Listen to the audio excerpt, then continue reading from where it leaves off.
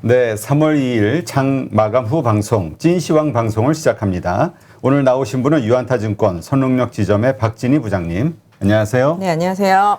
예, 일단 나스닥이 급락한 거에 비하면 오늘 장 참 좋았어요. 한국 시장은. 그렇죠. 맞습니다. 맞습니다. 일단 우리 박진희 부장님이 건강검진을 했는데 역류성 식도염. 속이 답답하다고. 아니. 제가 항상 그게 있었는데, 그래서 항상 보면 만성 위축성 위염이 계속 나오더라고요. 그래서 이게 참 증권회사 직원에 비해요. 신경을 많이 써서 그런 거예요. 스트레스 받고. 스트레스 많이 받아서. 그래서 도대체 오늘 상담하면서 좀 낫을 수 있냐 했더니 낫지는 않는데요. 더 이상 안 좋아지게만 안 하면 된다. 근데 제가 요새 막 계속 잔기침이 좀 계속 나오고 가슴이 너무 답답해서 코로나인가? 막 이래가지고서 검사 되게 많이 했는데 이게 또 역류성 식도염 이 있으니까 그 증상이 이게 기침 나오는 거랑 가슴 답답한 거 이게 좀 있어요. 그래서 제가 방송하다가 좀 재채기나 기침을 하더라도 코로나 아니라는 점. 근데 이게 맨날 한 2년 동안 밖에를 못 나가고 맨날 차만 타고 다니고 여기하고 사무실 뭐 집 이렇게 왔다 갔다 하다 보니까 세상에 저는 술도 안 마시는데 지방간에다가 그다음에 콜레스테롤 그다음에 뭐 중성지방 운동을 안 해서 LDL 좀 그런 거 엄청 높고요. 혈압도 저 옛날에 저혈압이었었거든요.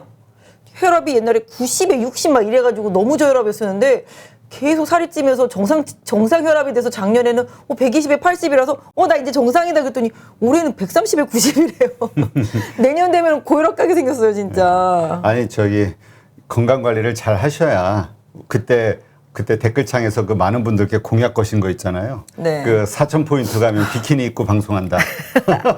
그거 약속 지키시려면 열심히 운동하시고 건강 지키셔야죠 또. 3,900에 은퇴하려고요. 3,900에? 네. 그래서 아무튼 진짜 코로나도 코로나지만 각자 좀 건강 관리 잘 하셔야 될 것 같아요. 이게 주식이 빠지는 거는 괜찮은데 건강이 안 좋아지는 거는 진짜 어떻게 돌이킬 수가 없잖아요. 그러니까 이게 우리가 또 이게 사회가 그렇지 않아도 참 살기 퍽퍽하고 힘든데 이 코로나 때문에 또 사람들을 자주 못 만나기도 하고 이렇게 좀 맞아요. 밀폐라기보다 하여튼 이렇게 좀 그 접촉이 별로 없다 보니까 외롭고 고독해지고. 그래요. 오늘 좀 안 좋은 얘기도 좀 있었잖아요. 그러니까 그 넥슨 그 김정주 회장 우리가 볼 때는 도대체 이해가 안 가잖아. 이 모든 걸 다 가진 사람 같은데. 나이도 뭐 그렇게 젊은데. 그러니까 나이도 젊고 정말 한참 때인데. 우울증이 엄청 심했다고 그러시더라고요. 그러니까 이제 그 뭐 여러 가지 있었잖아요. 그 전에 그 막 그 검사하고 하여튼 뭐 여러 가지 뭐 신경 쓸 일이 많았겠죠. 네. 그러니까요. 진짜로 건강이 돈 안만 있어도 막상 있는 사람들에게는 그게 그렇게 크게 행복의 어떤 척도가 되지는 않는 것 같아요. 그러니까요. 돈 없고 건강 잃으면 하나도 얻은 게 없는 거나 마찬가지인 것 같아요. 그러니까 우리가 돈도 없으면서 건강도 없으면 안 되잖아.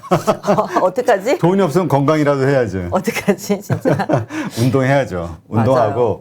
정기적인 식사하고. 저도 운동하고 싶은데 이상하게 운동하려고만 하면 자꾸 핑계가 돼. 게을러서 봄이 돼서 이제 좀 따뜻해지면 운동하려고 그러면 미세먼지가 날라오고 그래가지고 조금 미세먼지 거치면 해야지. 여름이라서 너무 더워. 여름 지나고 좀 선선해지면 해야지. 그럼 가을이잖아요. 또 미세먼지가 날라와요. 그래서 이제 조금 미세먼지 사라지면 해야지. 근데 겨울이 돼서 추워. 1년 내내 핑계. 1년 내내 핑계. 그러니까 맞아요. 바로 나가야 돼요. 나가서 운동 시작해야 하여튼 뭐 식사도 그렇고. 맞아요. 아이고 하여튼 참 그 인생 무상. 그런 것을 생각해 볼 수 있는 사건이었지 않나. 하여튼 안타깝네요. 네. 맞습니다. 진짜로 건강이 중요해요. 저도 그냥 매년 이거 받아보지만 개선은 안 되더라고요. 점점 나빠지지. 왜냐면 그 나이를 먹는다는 증거거든요. 그러니까요. 거기에 대해 또 나이를 가만히 운동을 열심히 해도 어차피 안 좋아지는데 맞아. 그나마 안 하니 더 안 좋아지지 빠르게. 저 진짜로 경도 비만 있다는 거 나오더라고요. 울고 싶더라고요. 아니 스스로 왜 자폭을 하고 있어.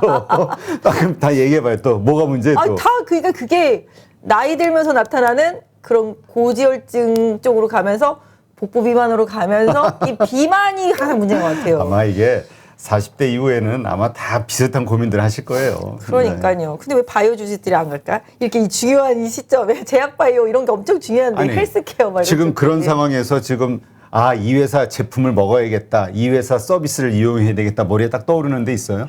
저는 진짜 건강식품 많이 먹거든요. 그러니까 불에 딱 떠오르는 데 있어요? 제가 먹는 거는 고려온단 비타민 C 그러니까 상장했나? 잘 모르겠다. 그러니까 없는 거야 우리가. 그러니까 먹고 있어요, 저. 전부 신약 개발 그러니까 전부 큰 어떤 화두 뭐 있죠. 오늘 오다 보니까 그 얘기 있더라. 되게 그 암 환자분들한테 되게 좀 중요한 소식인 것 같은데 그 항암제, 면역 항암제 하도 까먹었네 이름이 있어요. 하여튼 그게 이따 치고. 한 1억 정도 되는 건데 건강보험 적용해서 한 390만 원대 아마 신약인가 보네. 항암제. 예, 그래서 그런 거 좀 적용받을 수 있다 그러더라고요. 그 폐암이랑 관련되어 있는 건데 좀 이제 신약들이 사실 나오면 비싸잖아요. 그렇죠. 그래서 건강보험 적용을 많이 못 받으니까. 근데 이렇게 하나씩 좀 이렇게 적용을 받으면서 좀 모든 분들이 좀 건강해졌으면 좋겠어요. 안 좋더라도 좀 빨리. 그러니까 이렇게 빨리 신약들이 빨리빨리 개발이 돼서 항암제도 많이 나오고 이렇게 돼서 좀 모든 분들이 좀 혜택을 많이 받으면 좋을 것 같아요. 그래서 우리나라 기업들이 좀 좋은 약을 빨리 개발해 줬으면 좋겠는데. 일단 우리가 이번 장에서 많은 분들이 아마 손실 보셨을 거는 분명하고 우리가 돈은 잃어도 건강을 잃지 말아야죠. 맞아요. 그러니까 긍정적으로 좀 생각하고 밝게 살려고 노력을 해야 운동도 맞아요. 좀 열심히 하시고 맞아요. 맛있는 거 좋은 거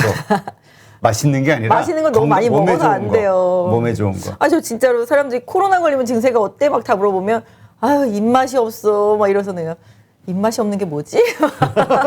도대체 어떻게 하면 입맛이 없지? 막 이러거든요. 네. 근데 아무튼 알겠습니다. 좀 건강. 이게 첫 번째 저희 주제예요, 오늘. 네, 건강하자. 네. 그리고 일단 우리가 현재 살아있다는 것만으로도 그럼요. 현재 이렇게 살아있다는 것만 하더라도 큰 행복이다. 그럼요. 네, 그리고 우리에게는 무한한 가능성이 있다. 그럼요. 예전에 지금 말고 예전에 시장이 폭락하면 되게 막 힘들어서 상담 전화 많이 오거든요. 자기 막 10토막 났다, 뭐 5토막 났다, 막 이렇게 전화 항상 10토막이 오시는데. 뭐예요? 10분의 1 됐다고? 네, 주식이. 요새 사실 하한가 한 2번만 맞으면은 그냥 그 정도 되지 않나요? 거의 막 신용 같은 것까지 쓰신 분들은 특히. 근데 아무튼 뭐 그런 분들 되게 막 울면서 전화 오시는 분들 많았는데 그분들 제가 항상 해드린 말씀이 뭐냐면은 살아만 있어라. 이 시장을 떠나지 말고 계속 버티고 기다리며 기회는 반드시 온다. 복구할 수 있다. 포기하지 않는 게 중요하다고 항상 말씀을 드리는데 최근에 시장 좀 많이 빠지면서 다 모든 분들이 이렇게 많이 다운돼 있는 것 같아. 이제는 막. 그래서 그런 부분들을 조금 그러니까 마음가짐, 본인의 마음가짐을 항상 좀 밝게 가지려고 하고 긍정적으로 가지려고 하다 보면은 정말 생각하는 대로 되는 것 같아요. 긍정적으로 되는 것 같아요. 그래서 제 친구가 그저께 전화하더라고요. 제 친구가 갖고 있는 종목 중에서 제일 피해가 많았던 게 카이노스 매드라는 종목이랑 넥슨 GT였었거든요. 근데 오늘 아침에 카이노스 매드 상한가 가고 넥슨 GT도 뭐 M&A 뭐 그런 기대감 때문에 급등하더라고요. 그래서 제가 제 친구한테 오늘은 너의 날이니? 그랬더니만 살다 보니 이런 일도 있네 이러더라고요. 정말 포기했었었는데 그래서 제 친구가 진짜 오늘은 좀 좋아하더라고요. 그러니까 우리한테도 그런 일이 안 생기란 법은 없으니까. 그럼요. 마지막 우리 내일 일은 아무도 모르거든요. 그럼요. 그러니까 끝까지 포기하지 않는 것. 네, 그게 좀 필요하지 않나. 그게 가장 중요합니다. 네. 자, 일단 3월달 FOMC 회의 이게 이제 불확실성 금리 인상을 뭐 0.5bp 할 거냐 0.25로 이제 낮춰질 것이냐 여러 이야기가 있는데 어쨌건 지금 이제 우크라이나 전쟁 이것 때문에 여러 가지 그 악재가 발생이 되면서 좀 기대감도 생기는 상황이죠. 네, 맞아요. 제가 지난번 계속 한 달 전부터 말씀드렸습니다만은 3월 중순 FOMC 회의가 좀 분수령이라고 좀 말씀을 드렸었잖아요. 그동안 그것 때문에 시장이 많이 빠졌었잖아요. 이제 그거는 신경도 지금 안 쓰는 시장이에요. 지금 그거보다 더 중요한 게 너무 많으니까. 사실 러시아발 리스크가 지금 원자재를 건드렸잖아요. 유가도 건드리고 이러다 보니까 관련주들의 흐름이 확 생기는 부분들인데 FOMC 회의도 마찬가지인 게 오늘 아침에 기사 보니까 50bp 인상은 확률 0%로 나오더라고요. 거의 보니까. 그리고 이제 25bp 인상 정도가 이제 유력한데 이것도 어떻게 될지 사실 몰라요. 왜냐하면 보시면 아시겠지만 오늘 금융주들 다 급락했잖아요. 금융주들이 급락한 이유가 뭐겠어요? 뭐 물론 뭐 러시아랑 뭐 어떤 관계가 있을 수도 있겠지만 뭐 금융 결제 시스템이라든지 근데 사실 그렇게 많을 것 같지는 않은데 우리나라 기업들이 좀 문제가 될 수는 있겠죠. 러시아한테 뭐 수출해주고 대금을 못 받는다거나 그죠? 러시아에 수출을 못 한다거나 뭐 이런 부분들로 인해서 기업들이 분명히 문제가 생길 수 있는데 오늘 금융주들의 급락에서 힌트가 나오고 그 다음에 성장주들이라고 불렸던 섹터주들 기술주들의 급등에서 답을 찾아본다라면은 결국은 14, 15일에 있을 FOMC 회의에서 쉽게 금리를 강하게 못 올릴 것이다라는 시장의 기대감인 거죠. 왜냐하면 지금 루블화 급락했죠. 그렇죠? 그 다음에 이제 뭐 스위프트 하면서 금융 시스템도 다 막혔죠. 러시아. 이런 부분들. 그러면 뭐 러시아 루블화가 차지하는 비중이 전 세계 통화량에서 그렇게 크지는 않지만 미국의 입장에서 본다라면 달러 결제라든지 달러의 유동성을 더 높여줘야 될 상황이 돼버렸잖아요. 그런 부분을 생각하면 지금 돈을 쪼일 때가 아니라 최소 풀거나 유지는 시켜줘야 되는 상황인 거잖아요. 그렇게 되면은 긴축에 대한 우려감이 얘기가 쏙 들어갈 수밖에 없는 상황이 돼버렸죠. 뭐 물론 이 러시아를 지금 제재하는 부분들이랑 지금 서방 다 마찬가지죠. 유럽도 그렇고 미국도 그렇고 우리 러시아에 수출 안 할 거야. 그죠? 애플도 나 수출 안 할 거야. 그다음에 뭐 유럽에 있는 뭐 BP를 비롯해서 그런 정유 관련 그런 업체들도 우리 러시아랑 합작 안 할 거야. 다 이런 식으로 발표를 하고 있잖아요. 그러다 보니 이제 기업들이 이제 계속 옥죄어 들어가는 거잖아요. 러시아를. 결제도 옥죄에 들어가고 뭐 판매도 옥죄에 들어가고 뭐든지 다 옥죄어 들어가다 보니 이 옥죄어 들어가는 과정 속에서 미국도 이제 뭐 생각이 많아지겠죠. 사실은 이게 처음에 좀 사실 쉽게 생각했었어요. 전쟁 나고 좀 금방 끝날 수도 있을 것 같은 그런 느낌적인 느낌이었었잖아요. 바로 뭐 만난다 그러고 막 이러니까. 근데 돌아가는 폼이 그럴 것 같지가 않은 거죠. 장기화 될 것 같다는 생각이 좀 들죠. 네, 저도 사실 오늘 아침에는 이게 쉽지가 않겠다. 라는 그런 생각이 들더라고요. 일단 그 푸틴 같은 경우도 지금 모든 걸 다 배팅했기 때문에 맞아요. 쉽게 얻는 거 없이 물러나지 못할 것 같아요. 네, 왜냐하면 푸틴도 지금 여기서 잘못하면은 우크라이나 어떻게 해보려다가 자기네 나라가 지금 잘못될 판이잖아요. 지금 그러다 보니까 이쪽도 모든 걸 걸었고 또 지금 핵카드도 막 이렇게 만지작거린다는 식으로 막 뉴스까지 나오잖아요. 근데 사실 제가 봤을 때는 핵카드는 쉽게 못 건드리는 게 그러니까 협박이죠, 그냥. 그러니까 이걸 쓰는 순간 그냥 제가 봤을 때는 세계 3차 대전이 될 것 같은 느낌인 거죠. 3차 세계대전이 아니라 그냥 우리 끝나는 거지, 지구는.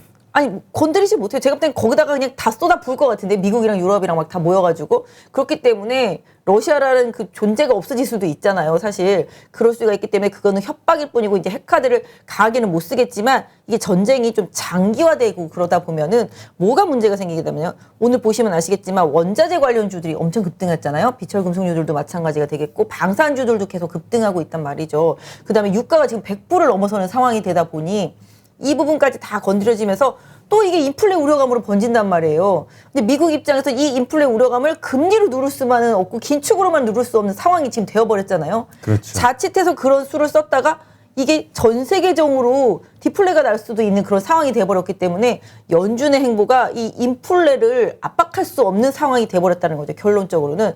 그러면 이 인플레를 잡아야 되는데 결론적으로 이걸 잡기 위해서는 러시아랑 우크라이나 문제가 해결될 수 있는 상황이 오는 것밖에 없어요, 답이. 왜냐하면 지금 시장은 모든 가정을 하고 있는 거죠. 이게 장기화된다. 유가는 계속 올라간다. 유가는 올라가는데 오펙은 증산할 생각이 없다. 미국이 전략률을 방출했지만 그까이 거 뭐 세 발의 피다. 막 이런 상황이란 거란 말이에요, 지금.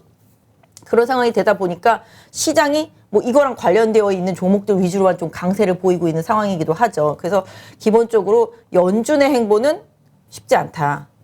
파월은 엄청나게 지금 고민이다. 사실 초반만 해도 미국 시장 막 급등할 때만 해도 미국이 뭐 러시아랑 무슨 상관이야. 이렇게 돼버렸었잖아요. 하지만 지금 그렇지 않단 말이죠.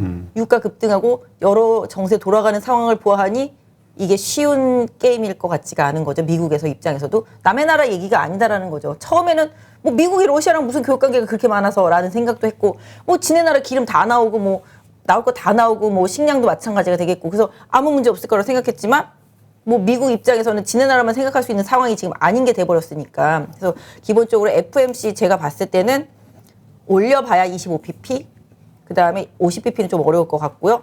상황에 따라서는 동결 가능성도 얘기가 좀 나오고 있기 때문에 그런 부분들도 좀 고려는 해야 되는데 제가 봤을 때는 한 25bp 정도면은 어느 정도 시장에서 어그리할 수 있는 그런 상황이지 않을까라고 생각을 하고 그 때문에 지금 금융주라든지 이런 부분들이랑 그동안 좀 많이 올랐었던 일정 부분 가치주들이 좀 쉬어가고 상대적으로 많이 밀렸었던 기술주, 성장주 이런 쪽에서 좀 강한 시장 흐름이 나오고 있는 것 같아요.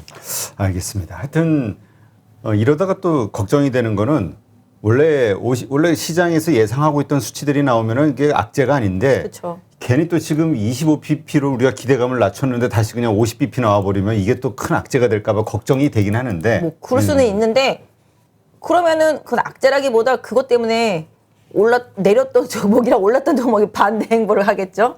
그죠? 왜냐하면 금융주는 그치. 또 그런 반대 행보를 그러니까 하겠고. 어쨌든 이러한 것들이 불확실성이니까 우리 맞아요. 기대감이지 사실은 알 수가 없는 거니. 시장이 제일 싫어하는 게 불확실성인데. 그래서 기본- 이제 네. 그런 얘기 하시는 분도 있어요. 그러니까 우리가 신규 매수가 됐건 뭐 네. 물타기가 됐건 아니면 뭐 매도가 됐건 이런 적극적인 어떤 매매는 이 연준의 발표 이후로 잡아야 되지 않겠냐. 근데 또 어떤 분은 그러면 너무 또 타이밍이 늦는 거 이미 아니냐. 다 갔어요. 그러면 지금도 이미 다 올랐어 올릴 거들은 그렇지 않아요? 몰라요. 사고 싶은 거 있으세요 지금? 사고 싶은 거요? 응. 아니 없어요 지금. 그러니까 개인 투자자분들이 쉽게 접근할 수 있는 종목들은 지금 안 가요. 그리고 망할 만큼 망한 듯이 빠졌던 종목들이 최근에 많이 올라오는데 아까 저희가 유가 얘기도 했잖아요. 유가가 이제 100불. 아 이게 농담인 줄 알았더니 진담이 돼버렸는데. WTI가 100불. 근데 또 어떻게 보면은 그 몇 년 전에 그 뭐죠 그때 그 했을 때 금리 인상 네. 했을 때 네. 그때도 2014년인가요? 그때도 뭐 한 100불 정도 하지 않았었나? 뭐 이런 얘기도 있고. 목표치가 100불이었었고 골드만삭스에도 100불 얘기하자마자 거기가 고점이었었는데 그때도 90불 대는 넘었었을 거예요. 근데 지금 이게 유가가 올라가는 게 이게 유가만의 문제는 아니고 이게 너무 힘든 상황이 될 수도 있다라고 생각해서 오늘은 저도 살짝 이게 아닌데라고 생각해서 사실 지금 보세요. 유가가 올라간다고 조선주가 수혜주라고 오르고 건설주가 플랜트 한다고 오르고 그죠? 원자재 가격들이 또 막 급등을 하죠. 뭐 무기 만들 때 쓰는 것도 있고 비행기 만들 때 쓰는 것도 있고 뭐 팔라딘부터 시작해서 쭉 오르고 그 다음에 또 이제 유가가 오르기 시작하니까 뭐 정유사들도 뭐 재고자산 평가이익 올라가니까 또 올라오고 반대로 화학주들은 또 오늘 급락했고 원가 부담이 있으니까 또 그리고 또 이제 유가가 올라가면서 또 건드린 것들이 뭐였냐 하면은 전쟁 관련주로 해서 사실은 우크라이나랑 러시아가 밀이나 뭐 이런 부분들이 곡창지대가 많잖아요.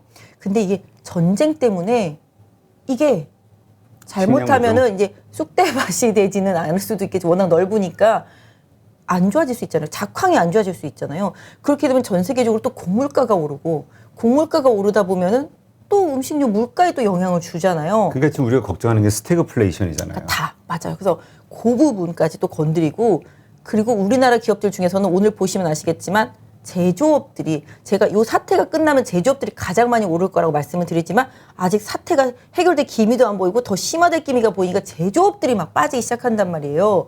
그리고 오늘 항공주들도 많이 빠졌잖아요. 그래서 기본적으로 이게 유가뿐만 아니라 모든 물가 자체가 유가 하나 오름으로 인해서 다 건드려집니다.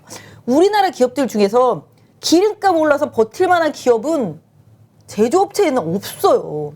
모든 데 다 원가 부담이 다 생겨요. 제조업들 중에서는 없어요. 유가 올라서 상관없는 기업은 게임주하고 엔터주 뭐 이딴 거밖에 없어요. 진짜 실질적으로 봤을 때. 그렇기 때문에 이런 부분들이 아니고 제조업이고 우리나라 수출로 해서 먹고 사는 나라기 때문에 제조업체들은 다 피해봐요. 저는 개인적으로 얼마 전부터 고객분들한테 조선주 얘기도 많이 하고 조선주도 뭐 사세요. 뭐 유가 오르고 뭐 해운주 오르고 뭐 물동량 늘어난다 그러면 조선주도 뭐 LNG선 뭐 수주 많이 받아요 하고 오르지만 궁극적으로 놓고 보면 조선주도 철강 가격 올라가면 후판 가격 올라가고 부담 생기거든요. 그리고 또 뭐였지? 건설주. 건설주들도 철근이라든지 기타 등등 다 올라가요. 계속 그런 부분들이 원가 부담으로 돌아올 수밖에 없어요. 실질적으로 뭐 플랜트 수출 많이 한다. 이거는 사실 스토리텔링인 거잖아. 지금 현 시점에서는.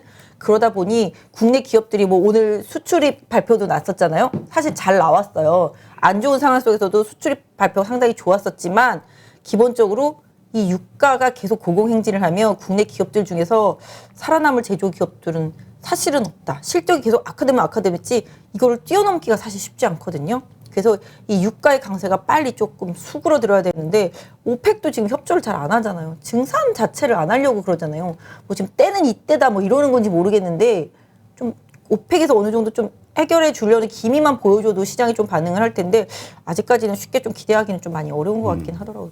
근데 이제 이런 기대감을 갖는 것도 있잖아요. 조선주가 이제 올라가는 거는 그 유럽이 이제 그 수입 다변화를 하면서 러시아에서 파이프로 사던 것들을 미국에서 맞아요. 이제 LNG 맞아요. 같은 거를 가져오지 않겠냐. 네. 근데 사실 세계 최대의 산유국은 미국이라면서요. 맞아요. 그러다 보니까 미국에 지금 새로 그 유전, 유전이 아니라 그 가스 그 네. 개발 신청이 들어온 게 전 세계 지금 사용액보다 더 많은 신청이 들어와 있대요. 근데 이제 이게 유가가 이게 적당하게 올라와 이제 그게 다 개발이 되는데 물론 개발되는 시간은 네. 필요하겠지만 뭐 그런 그가 단기적으로는 뭔가 힘들 수도 있지만 네. 미국이나 미국 정부나 뭐 예를 들어서 이런 데서 이런 대책을 안 세우고 있을까? 뭔가 또 뭔가 그 뒷속내가 이렇게 강하게 네. 밀어붙이는 데는 네. 또 나름대로의 뭔가 네. 있지 않을까? 뭐 이런 기대감도 있기는 해요. 사실 미국 같은 경우는 제가 뭐 그때 조선주가 한번 말씀드릴 때도 그거를 미국이 사실 이 상황을 즐긴다라는 얘기도 나오잖아요. 왜냐하면 러시아가 이제 석유로 유럽을 이제 장악했었던 에너지를 장악했었던 상황을 생각해 보면은 미국에 있는 이제 뭐 기름이라든지 천연가스라든지 이런 부분들을 이제 유럽으로 수출할 수 있는 발판이 될 수도 있잖아요. 그래서 유럽 기업들도 에너지 수입을 좀 다변화시키고 있잖아요. 그래서 그런 부분들 때문에 기대감이 일정 부분 있어서 조선주가 간 건 맞지만 아까 말씀해 주신 대로 미국은 최대 산유국이지만 지네 나라 건 안 써요. 지네 나라 거는 그냥 잘 놔두고 남의 나라 거만 갖다가 신나게 뽑았어. 그러니까 예전부터 그런 얘기는 있었어요. 오래전서부터 중동 석유를 갖다 쓰지 자기네는 충분히 세계에서 가장 맞아요. 매장량이 많은데도 안 뽑아 쓴다. 맞아. 나중에 나중 쓰려고. 최후에. 나중에 쓰려고. 나쁜 최후의 놈들 알고 보면 되게 나쁜 놈들 같아. 근데 기본적으로 이게 예전에 유가가 50불 이상 60불 대 넘어가면 이제 셰일가스, 셰일 오일들 막 이런 부분들이 경쟁력이 조금씩 생겼는데 이미 지난번에 다 유가가 막 10불 대까지 빠졌을 때 다 망해가지고 엄청 다 닫았어요. 다 닫아가지고 지금 다시 그거를 막 이렇게 팔려고 뭔가 개발하기 위해서 투자를 하지 않으려고 그러는데 왜냐하면 또 투자했는데 유가가 나중에 빠져버리면 자기네들만 또 바보 되니까 그래서 그런 부분들이 사실은 좀 있어서 사실 유가가 지금 잘 못 내려올 것 같은 그런 뉘앙스의 생각을 하시는 분들이 그 부분을 많이 얘기를 하더라고요 보니까. 그리고 아까 말씀드린 대로 미국은 분명 유럽에 자기네 나라 에너지를 팔고 싶지만 무한정 유가가 많이 올라가 있는 걸 선호하지를 않아요. 기본적으로 계속 물가 부담이 생길 수밖에 없는 아니 기본적인 지금 거잖아요. 미국은 지금 원자재 가격이 내려야 되잖아. 지금 인플레이션 문제가 그런 심각한데. 부분들. 그러니까 인플레를 잡기 위해서 아까 말씀드렸다시피 모든 기업들은 다 기름이 필요하고 모든 인프라가 움직이는 데는 다 기름이 필요하고 가스도 필요하단 말이에요. 그러니까 뭔가 생산을 해서 뭔가 만들어내려면 그 에너지원이 다 필요한데 한전이 왜 맨날 적자가 그렇게 많이 났겠어요. 다 원가 부담이 생기는 부분들인 거잖아요. 그런데다 가격 전가가 뭐 내부적으로는 잘 안 되니까 그런 부분이 있었겠지만 아무튼 미국 입장에서는 자기네 나라 거를 팔고 싶은 마음이 높지만 그에 반해서 글로벌 원자재 부담, 원가 부담이 생겨서 인플레이션이 강하게 이어지는 이런 부담을 그렇게 선호하지는 않아요. 그래서 결국은 미국 입장에서도 뭔가 좀 빨리 해결하고 절충점을 만들어내고 뭐 해결한다고 해서 그런 거잖아요. 만약에 유럽에다 하나도 못 팔다가 이번 러시아 사태 문제로 미국은 뭐 20%만 갖다 팔아도 결국은 얻은 거나 마찬가지잖아요. 유럽 같은 경우도 러시아 의존도를 많이 줄이려고 하고 사실 오늘도 그렇고 어제도 그렇고 그저께도 그렇고 보면은 최근에 신재생 에너지, 풍력, 태양광 많이 엄청 올랐죠. 오르잖아요. 그러니까 유가가 워낙 오르다 보니까 유럽 같은 입장에서는 이런 대체 에너지 투자에 대해서 더 빨리 하려고 한다. 이런 부분들에서 수소도 마찬가지가 되겠고요. 그다음에 뭐 지금 이렇게 친환경 에너지 쪽에서 보니까 그동안 좀 안 갔던 2차 전지 소재주들도 많이 갔잖아요. 전기차 뭐 이런 부분들 때문에 그렇다시피 새로운 에너지원에 대한 갈망이 계속 높아지니까 그런 쪽들에 대한 스토리텔링이 계속 이어지는데 근데 사실은 제가 봤을 때는 그거 지금 이렇게 주가가 움직이지만 그 기업들이 당장 그렇게 해서 수익이 날까? 이런 거 생각해 보면 그건 또 아니란 말이에요. 갸우뚱하게 된단 말이에요. 그런 부분들 생각해보면 지금은 약간 좀 테마성? 그런 부분들로 이제 신재생 에너지나 뭐 이런 부분들이 오르는데 일단은 유가 강세가 좀 암호를 들이는 기업들이 지금 부담인 거고 반대로 유가 강세가 좀 이제 밝은 빛을 주는 기업들이 뭐 스토리텔링 형식, 테마 형식이 됐든지 간에 강세 흐름이 나타나기는 하는데 이거는 아까 저희가 앞서서 말씀해 주시지만 언제 어떻게 상황이 바뀔지는 몰라요. 그렇죠. 그러니까 지금 이런 질문이 생길 수밖에 없어요. 지금 많이 올랐잖아요. 그래서 그 많이 그 물리셨던 분들이 이제 손실폭이 많이 줄었단 말이에요. 맞아요. 아직도 뭐 많이 끝도 없죠, 사실은. 그러나 어쨌든 많이 줄은 이 상태에서 손절을 할 것이냐 아니면 계속 이게 지속이 될 상황이라고 보고 네. 버텨야 될 것이냐 이거 가지고 고민을 한단 말이죠. 그러니까 그 손실본 기업들은 아까 말씀드린 그 유가 상승 피해주, 전쟁 피해주, 신재생에너지죠. 신재생에너지 지금 기관들 수급 동향을 제가 다 보고 왔는데 태양광, 풍력, 수소 이런 쪽도 사더라고요 보니까. 기관도 지금 수익률 게임을 하는 거나 마찬가지예요. 뭐 OCI니 하나솔루션이니 실적이 안 좋으면서 뭐 그랬잖아요. 비전 많이 없는 것처럼. 빠졌다가 올라왔잖아요. LG전자는 거 포기해버리고 사고. 네, 그다음에 맞아요. CS 윈드 같은 경우 요새 엄청 올라오잖아요. 근데 뭐 그 회사는 워낙 좀 실적이 좀 대구 유럽 쪽에도 뭐 비중도 있고 뭐 전체적으로 그렇긴 한데 제가 봤을 땐 지금은 일단 테마라고 보겠습니다. 그래서 지금 유가 급등이라든지 이런 부분들이 그런 태양광이나 풍력이나 뭐 수소나 이런 신재생 에너지 쪽을 자극하기는 했지만 이 대체 에너지들이 그 유가 상승을 완벽하게 대체할 수 없는 섹터란 말이죠. 항상 좀 뭐랄까요 보완해주는 일정 부분의 그런 흐름이기 때문에 제가 생각할 때는 그 물리신 분들이라면은 이번 기회에 저는 좀 잘 파시는 거 추천드려요. 그러니까 유가 상승이 얼마까지 더 갈지 모르고 러시아 사태가 어디까지 더 연장될지 모르겠지만 일단 기미가 있을 거 아니겠어요. 해결될 기미가 보일 때까지 그때까지 일단 조금 최대한 좀 유지하시면서 뭐 기술적 분석도 물론 필요하겠습니다만은 저는 그것 때문에 그 상태 많이 빠졌었기 때문에 개인 투자자분들 많이 물리셨을 거예요. 왜냐면 우리 정부에서도 주도적으로 그쪽을 많이 밀어왔었잖아요 그동안. 그래서 많이 피해보신 분들 많을 건데 요번에 좀 잘하면 일정 부분 손실을 줄이거나 뭐 이래가지고서 좀 빠져나올 수 있는 기회가 될 수도 있으니까 저는 상대적으로 조금 그런 부분들을 이번 주를 그 매도의 기간으로 잘 잡아보자. 이번 주? 이번 주 오르니까. 더 오를 수도 있잖아요. 아 그러면 자 다시 질문할게요. 유가가 더 많이 갈 수도 있죠. 유가가 만약 120불 가면 그럼 어떡해. 언제 파냐? 제가 말씀 드렸잖아요. 어. 러시아랑 우크라이나 문제가 해결될 것처럼? 기미가 느낌이 쎄하게 그러니까 올 때. 지금의 이런 안 좋은 불확실한 분위기가 어느 한 방향으로 딱 보이기 시작할 때 그러니까 좀 뭔가 해결의 실마리가 비치기 시작할 때 저는 그리고 그걸 떠나서도 급등해서 좀 이격이 많이 벌어지면은 아마 매물 나오기 시작할 거긴 해요. 항상 그렇더라고요 보니까 그동안 이렇게 의류주들 뭐 FNF나 영업무역이나 뭐 한세실업이나 막 급등할 때 필라홀딩스 혼자서 저기 지하실에 처박혀 있었거든요. 안 좋은 리포트 맨날 나오고 얘네들은 엽기저다. 뭐 코로나 시대 때 골프 때문에 이미 많이 그때 실적이 좋았었기 때문에 이제 앞으로 더 이상 실적이 뭐 어쩌네 저쩌네 했는데 정말 그때가 딱 저점. 그 뒤로 오히려 더 세게 치고 잘 올라오더라고요. 시장은 항상 최악의 상황을 감안했을 때가 항상 저점이긴 해요. 그래서 여기도 마찬가지인 게 신재생에너지도 지금 최상의 시나리오를 기대하면서 가고 있잖아요. 그러니 결국은 전쟁이 막 엄청나게 뭐 더 확산되면 안 되겠지만 그게 좀 오리무중 상태에 있다가 뭔가 해결의 실마리가 느낌이 왔을 때 이쪽에 대한 니즈가 줄어들 거 아니겠어요.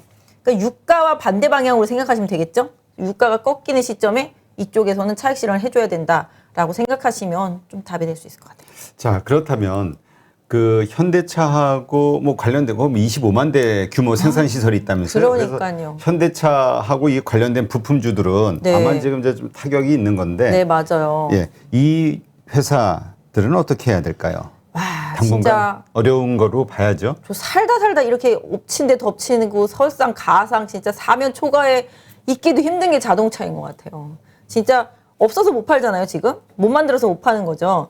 반도체가 이제 조금 그나마 조금 풀릴 기미가 보일랑 말랑 하던 차에 이제 또 이런 전쟁 발발 이렇게 되고 나니까 더 힘들어졌는데 또 특히 현대차가 러시아가 뭐 전체 현대차의 자동차 파는 비중으로 봤을 때는 그렇게 엄청나게 크지는 않지만 러시아 안에서는 폭스바겐이랑 현대차의 비중이 크단 말이에요. 현대차가 러시아에서 뭐 아까 말씀하신 대로 한 25만 대, 27만 대 뭐 이 정도 생산해서 팔고 있는데 그러다 보니 이게 만들지도 못하고 팔지도 못하고 돈도 띠끌판이 돼버린 거잖아요. 그래서 오늘 기사 보니까 한 4천억에서 5천억 기아차랑 현대차 합치면은 손해볼 수도 있다. 뭐 이런 기사도 있더라고요. 뭐 확정적인 부분은 아닙니다만은 그런 내용들이 나오니 당연히 주가가 빠질 수밖에 없죠. 불확실성이 생겨버렸으니까. 사실 현대차 미국에서 잘 팔았다라고 기사도 나왔었거든요.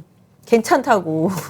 근데 이런 거 안 먹혀 지금 전혀 그런 부분도 안 먹히고 있는데 아무튼 지금은 러시아랑 엮여서 안 좋은 부분인데 아마 미국 그냥 러시아의 현대차랑 같이 가 있는 기업이 대원 산업인가요? 거기하고 성우 하이텍 하고 몇 군데가 있을 거예요. 아마 이 기업들도 뭐 돈을 뭐 뛸 수도 있다 뭐 이런 얘기들도 나오기는 하는데 현대차도 마찬가지입니다. 제가 지난번에 LG전자도 말씀드리면서 현대차가 움직여야 LG전자도 간다. 특히 자동차가 움직여야 LG전자가 간다. 이런 식으로 말씀을 드리고 있지만 일단은 자동차가 가려면은 반도체가 좀 풀려야 되는데 근데 현대차보다는 일단 LG전자가 그나마 좀 낫죠. 왜냐면 현대차는 러시아의 의존도가 높고 사실 근데 LG전자나 우리나라 삼성도 마찬가지로 러시아의 가전 같은 건 수출을 꽤 하거든요. 그래서 그런 부분들도 분명히 비중이 있다라고 보여지는데 지금 자동차가 가장 크다라고. 사실 그렇게 따지면 조선주들도 엄청나게 러시아에서 수주받는 거 꽤 있어요. 그렇죠. 네, 그거 수주받은 거 만들어주고 돈 못 받을 수가 있는 확률. 그러니까 하나하나 따지다 보면 우리나라 기업들은 다 피해요, 뭐든지. 유가 그러니까 때문에 우리는 피해고. 왜냐면 전부 내수보다는 수출로 벌어먹고 맞아요, 사니까 맞아요. 외부 환경에 너무 민감한 거라. 맞아요, 예. 맞아요.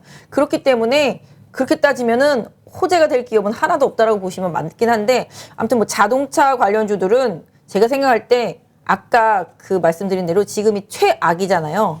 최악이기 때문에 사람들 저 오늘 증권방송이나 여기저기 다 봤는데 아유 자동차가 많이 빠진 거는 맞지만 아직까지는 불확실성이 있어서 언제 살지는 조금 더 기다려봐야 된다. 다 이게 다 중론이더라고요.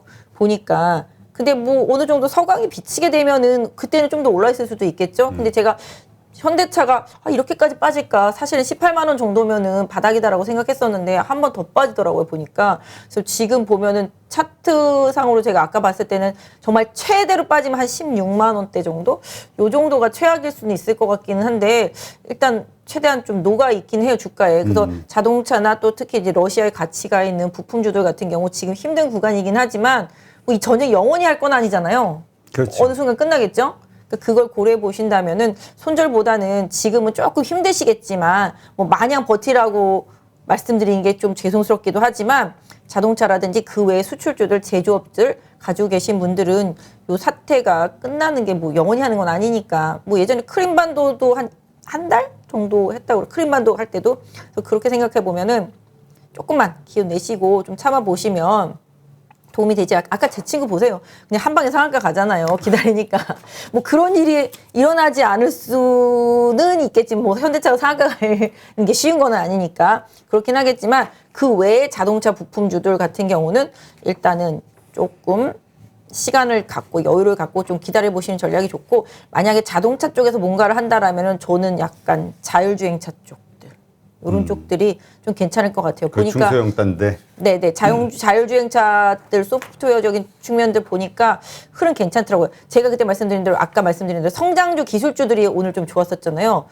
뭐 이건 좀 그렇긴 한데 메타버스 섹터주들도 바닥에 나온 것 같더라고요. 보니까 게임주도 그렇고 그 다음에 이제 자율주행 관련 기술도 다 소프트웨어적인 부분들이잖아요. 요쪽이 조금 워낙 낙폭이 과대해서 그런지 오늘 약간 좀 터닝하는 흐름들이 나와서 행보를 조금 지켜봐야 될 건 같긴 해요. 그래서 그냥 완성차에 들어가는 일반적인 자동차 부품과 현대차 뭐 이런 쪽들이라면은 조금 시간은 필요하겠지만 뭐 전쟁이 영원히 안 끝나는 건 아니니까 좀 힘드시겠지만 조금 시간 투자를 좀 하셨으면 좋겠습니다. 네, 알겠습니다. 하여튼 지금 러시아와 우크라이나 그 전쟁으로 인해서 오르고 있고 또 빠지고 있는 주식들에 대해서 좀 이야기를 했는데 하여튼 기본적으로 이것들의 그 턴어라운드는 결국은 이 환경이 언제 바뀌느냐 여기에 그쵸. 따라 달려 있다. 저희가 이제 지난번부터 이제 예상할 때는 3월 달 되면은 환경이 바뀐다 생각했는데 또 이 전쟁으로 인해서 또 다른 변수가 하나 생겼으니까 사실 오늘 우리 시장 상대적으로 되게 강했잖아요. 해외에서 다른 나라들은 다 빠졌거든요, 사실은. 근데 뭐 중국도 그렇고 뭐 일본도 그렇고 다 빠졌는데 우리나라 시장만 강했던 이유는 또 사실 이게 희망 회로를 돌리는 걸 수도 있지만 러시아가 이제 MSCI 지수에서 제외하게 된다라면은 우리나라가 들어갈 룸이 생긴다. 근데 아직까지 결정난 건 없거든요. 왜냐하면 그 MSCI 지수를 활용하는 국가들한테 이제 다 얘기를 들어봐서 뺐으면 좋겠냐 안 뺐으면 좋겠냐 의견을 취합해서 빼자 그럼 빼는 건데 사실 지금 러시아 증시 거래도 안 되는데 어떻게 될지는 모르겠으나 기본적으로 만약에 그걸 빼면은 뭐 기사에서는 뭐 4조 뭐 최대 8조까지 들어올 수 있다. 근데 제가 아까 오다가 타사 이제 애널리스트가 쓴 이제 시황 내용 봤는데 그 정도까지는 아니다. 실질적으로 이제 비율 계산해 봤을 때 뭐 한 2, 3일 정도 좀 더 사는 정도다. 뭐 그렇게 큰 금액은 아닐 것이다. 뭐 한 몇천억 정도일 것이다. 뭐 요 정도 얘기를 하더라고요. 사실은 네. 그래서 그런 거 고려해서 본다라면 오늘은 너무 MSCI 지수 희망회로 돌리면서 올라오긴 했습니다만은 그런 거에 너무 좀 흥분해서 이성을 잃지 마시고 일단은 좀 시장은 관망하는 자세로 낙폭과대주들에 대한 방어적인 저점 분할 매수. 말은 되게 쉬운데요. 그렇지. 어려운 이렇게 얘기죠. 좀 근데 그냥 그런 생각은 있어요. 하방은 분명히 조금 약간 좀 잘 막혀 있는 느낌? 잘 다져지고 있는 느낌? 지금 보면 지수보다는 종목이 세잖아요. 제가 지난번도 말씀드렸지만 지수보다는 종목 장세란 말이에요, 지금은. 그래서 지수는 그때 LG 에너지 솔루션이 다 뺐고 그 사이 동안에 종목들이 더 많이 빠졌고, 아니다. 그때는 지수는 덜 빠지고 종목들이 많이 빠졌고, 지금은 지수는 더 올라가더라도 종목들이 올라갈 수 있는 시간이거든요. 그래서 뭐 각종 테마주들도 있고, 수혜주들도 있고, 기타 등등 뭐 낙폭과대주들 많이 있겠습니다만은 당분간은 지수보다는 좀 종목에 좀 집중하시면서 보유하신 종목이라든지 아니면 낙폭과대 다른 종목들에 대한 단기 트레이딩성 대응 이렇게 하면서 조금 시간을 좀 벌면서 일정 부분 좀 수익을 좀 만들어 나가시는 구간으로 조금 시장 대응하셨으면 좋겠어요. 네, 알겠습니다.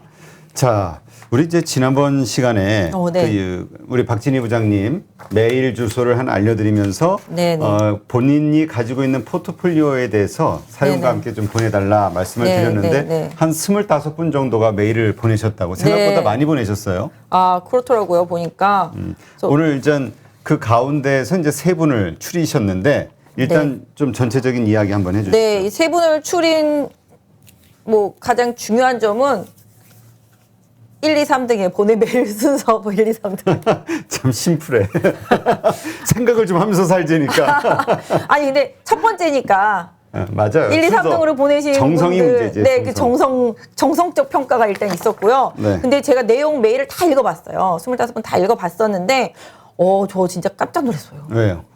저는 그냥 대충 이렇게 써서 보내실 줄 알았는데 다 이렇게 표를 만들어가지고 현금 비중 얼마고 내 주식 비중 얼마고 막 다 이렇게 해서가지고 다 엑셀 파일처럼 다 만들어서 보내셨더라고요. 그럼 부담감이 좀 크시겠는데.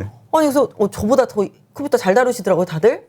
네, 그래가지고 깜짝 놀랐는데 되게 사연들도 좀 많았었어요. 그래서 제가 그 사연들 읽어보면서 아 이분도 해드리고 싶고 이분도 해드리고 싶고 다 해드리고 싶은 분들 많았었는데 해드릴 거예요. 해드릴 건데 이제 제가 내용을 봤을 때 포트 조정은 필요하지만 막 엄청나게 급하게 할 수 있는 상황 아니고 제가 봐드리면서 해도 될 것 같았었어요. 그리고 보내주신 분의 한 절반 정도가 주식 보유 수량이 25개에서 40개 사이더라고요. 그러니까 좋다고 할 때마다 하나씩 사신 거예요. 제가 지난번에 우려했던 그런 상황이 일부 있는 거죠. 그래서 약간 펀드 느낌으로 이제 많이 사셨더라고요. 근데 그분들도 좀 제가 조절을 해드릴 거예요.